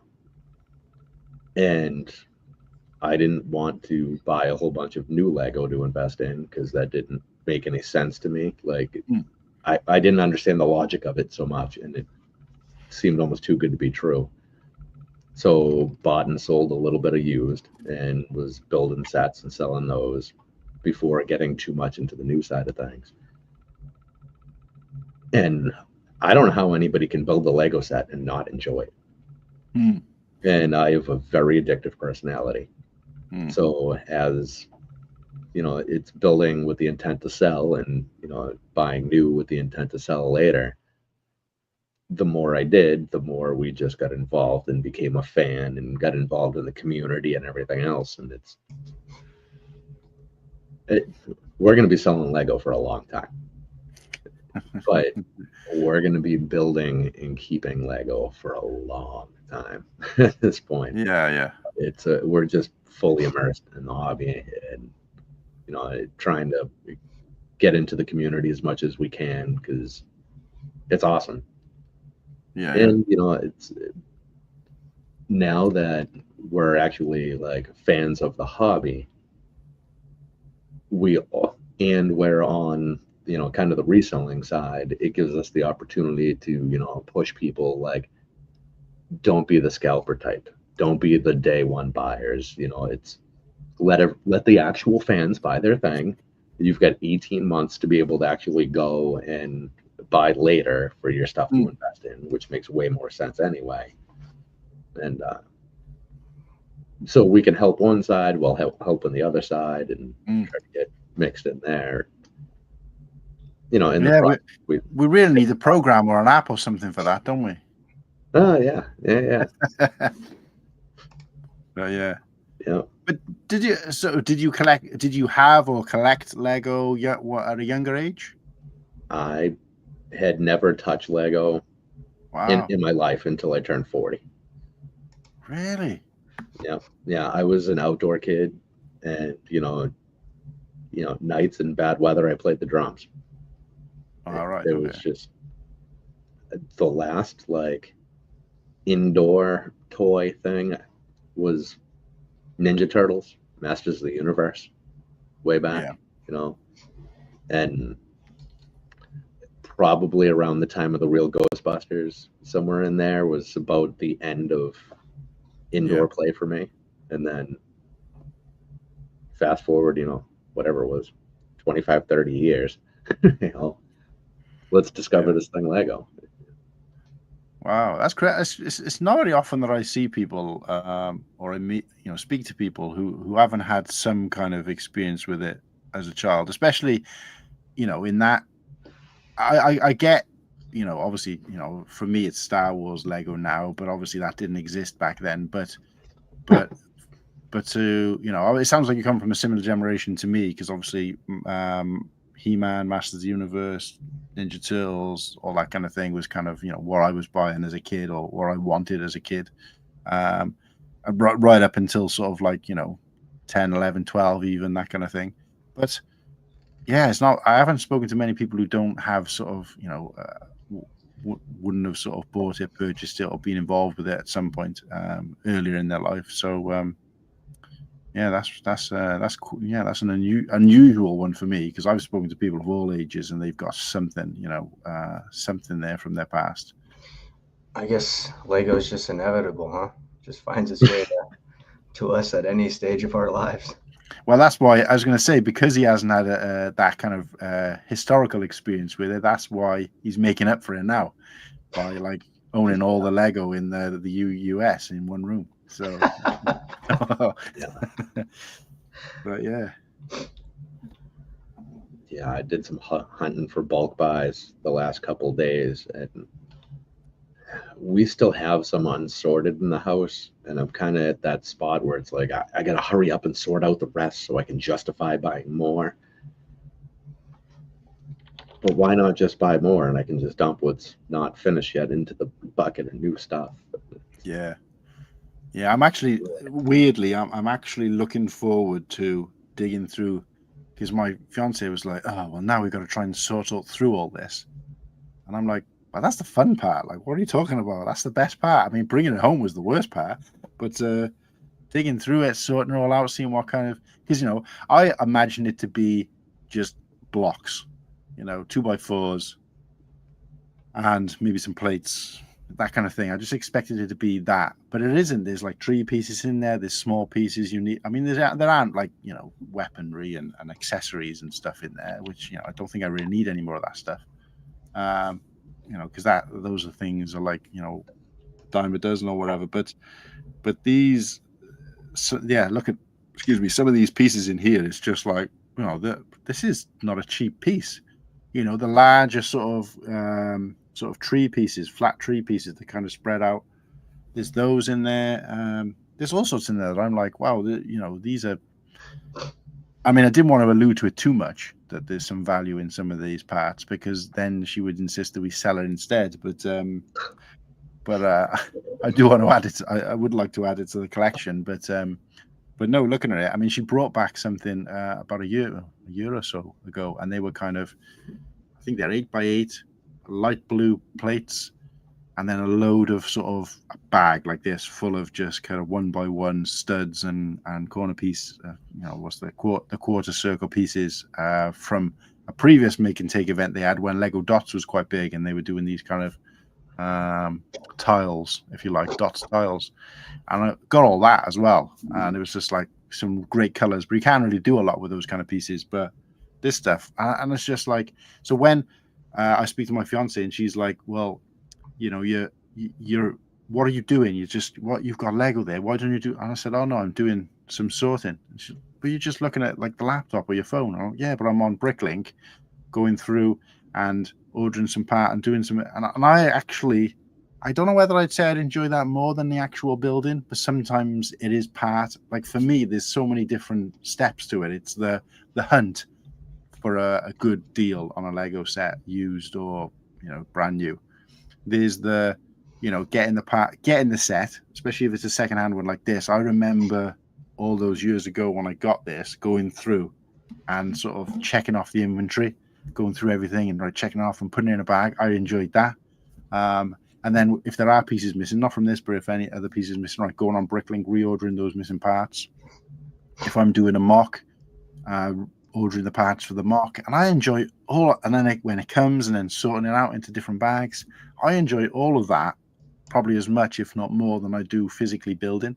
And you know, it isn't. I think that's the bit that people don't kind of get. Like I've spoken to like my parents who obviously knew and bought Lego for us. My brother who played with Lego with me, the same Lego when I was a kid. When I talk to him about, you know, there's more to it. There's this and there's this, and you can do that, and you can build sets of your own. And he's just like, I thought you just go to a shop, buy a set, bring it home, build it. And I was like, no, that's just like, that's the everyday bit that people see, but that's one small portion of the hobby. You know, there's this whole world, you know, that goes behind it. And but I start talking about it to non-Lego fans, and you can just start seeing them kind of glaze over and be like, yeah, we don't care. Okay. So, which is why I enjoy this community so much, because you can talk about it and in most cases see people a little bit excited in return. So, what have we got? So, Mr. Nobody asking about a sorting box. Talking about these things? The trays. What? Yeah, I've seen these. They're actually kind of cool. The extra large tray is almost worthless because everything falls through there. But the next few layers are actually pretty good. And cheap. I think it was $20. You build it out of a box. Wow. Can we get to see it? Can we get to see it in action live, or if you've not got anything that you can sort of drop into it? What was the other tub you brought across? The kids are sleeping. Okay, yeah. This just gets stored on top of those. This is a salad spinner. Right, for washing the bricks, right?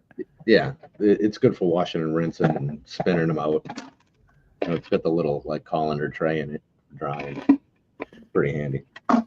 Whereabouts in the US? In there. Sorry, Ken, to just completely divert, but whereabouts in the US? I'm gathering you're kind of. I know you're East Coast, but you're quite north, right? I can tell by that accent. Yeah, Boston area. That's right, yeah, because there's almost like a boat instead of an about. You know, a boat. You know, I was going to say like closer to sort of Canada with that a boot, but yeah, no, but I think you did say to me, yeah, Boston, and I actually been to Boston, believe it or not, but I didn't get out of the airport. I mean, that was Christ, that was about 30 years ago, but yeah, so we'd love to go to Boston. It's on the list. My fiance, I think there's some TV show she watches that's based there. She wants to go and visit. I don't know, but don't come during the winter.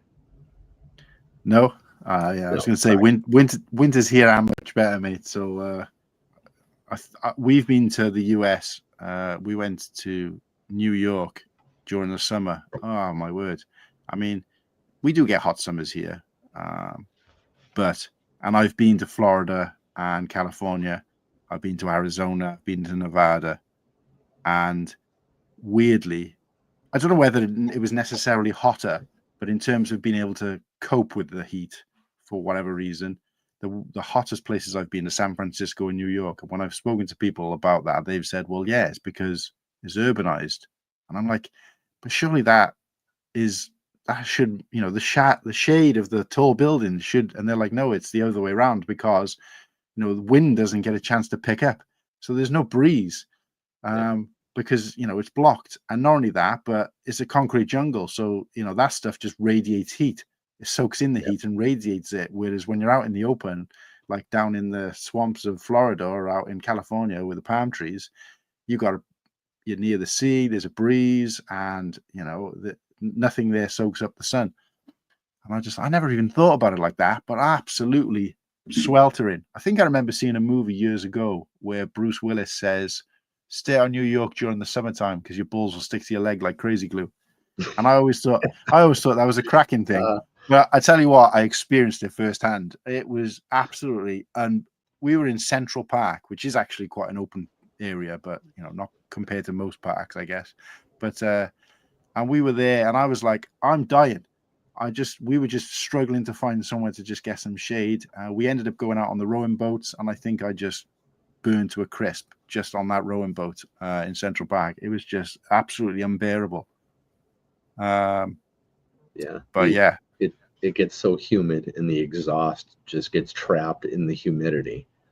So you're suffocating as you walk around. Yeah. It was absolutely unbearable. And then of course you got to go down into the the metro in New York as well, and it kind of goes down like 2 layers, which is the same as in London. But when you're going in, when you're already boiling hot, and then you're going to kind of go underground to this kind of subterranean sort of cesspit of heat. It's just, it's just madness.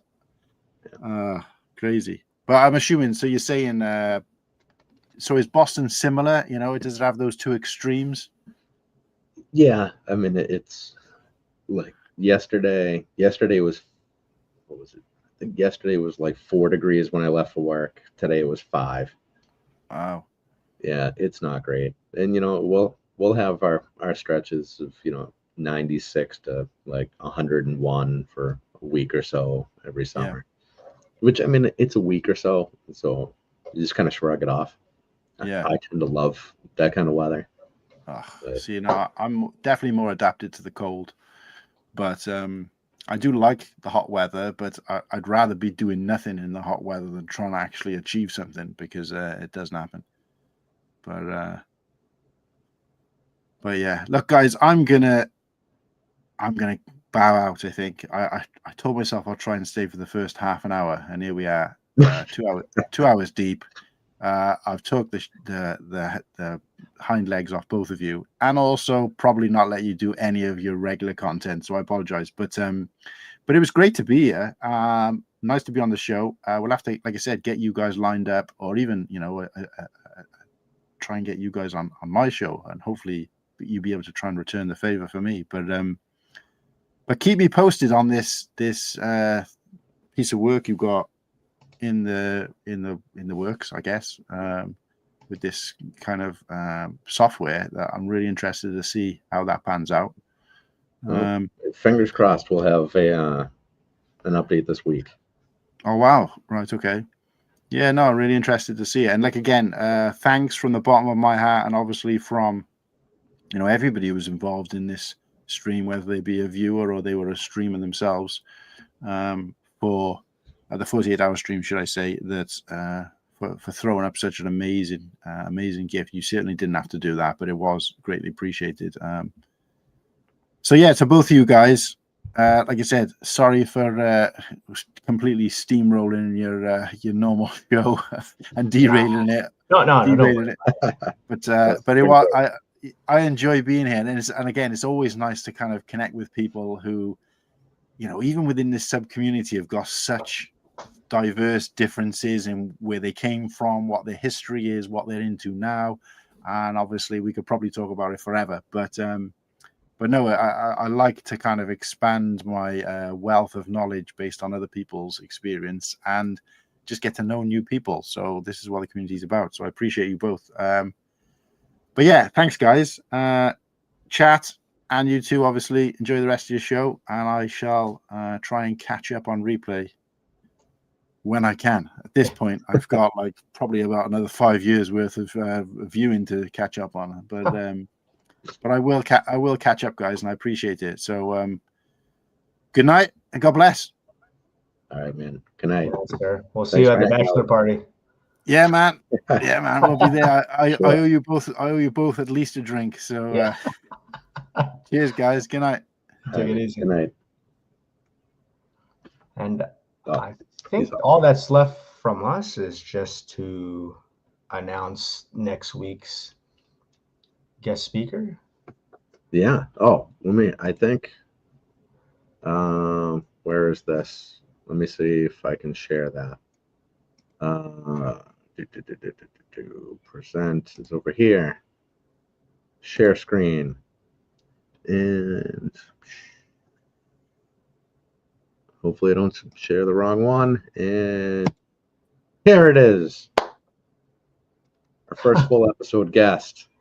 Let's the man go. himself, the Wolf of Bricks. Jim Rowe will be coming and hanging out with us. I love this picture. I actually had to pull that from one of his YouTube thumbnails. I love whenever he puts that into his thumbnails. It's the most hilarious thing ever. Yeah. So that'll be an exciting episode next week. For those of you guys, the first time joining us, we do these live streams every Wednesday at 9 p.m. Eastern. So we'll be doing it again next week with Jim. Back to taxes. Oh, don't even say the T word this time of the year. Don't do it. Don't do it. But shout out Mr. Solohan Luke. Cool guy, man. Yeah. He is awesome. Really looking forward to streaming with him more and seeing him in person too. General Tron's Bricks. We appreciate it, man. Yeah, we appreciate you hanging out. You guys are all awesome. You guys are great. It's great to have all you guys in here. We really appreciate you hanging with us. It's we get some stuff to catch up on next week. Yeah. Oh, and we won't because Jim will be here. So we will post some of it to him. So I guess in February we'll talk about all the releases and whatnot. Yep. And maybe we'll squeeze in something impromptu. Do something random at some point. Hey, and shout out Daniel too. I think he donated right after the giveaway ended too. So what? Yeah. So if you guys are interested in still doing the giveaway, donating to the fundraiser, it's still going to be available till Sunday. So we'll post a link on the Twitter and down in the description box too. So yep, you can still just help out the cause and show some support. So thank you guys for tuning out. Is there anything else that you need to tell tonight, Ken? No, I think that covers it. I appreciate every one of you guys. It's always a pleasure to hang out with you. And it's been another week. We'll see you guys on Wednesday. Take it easy, guys. Good night.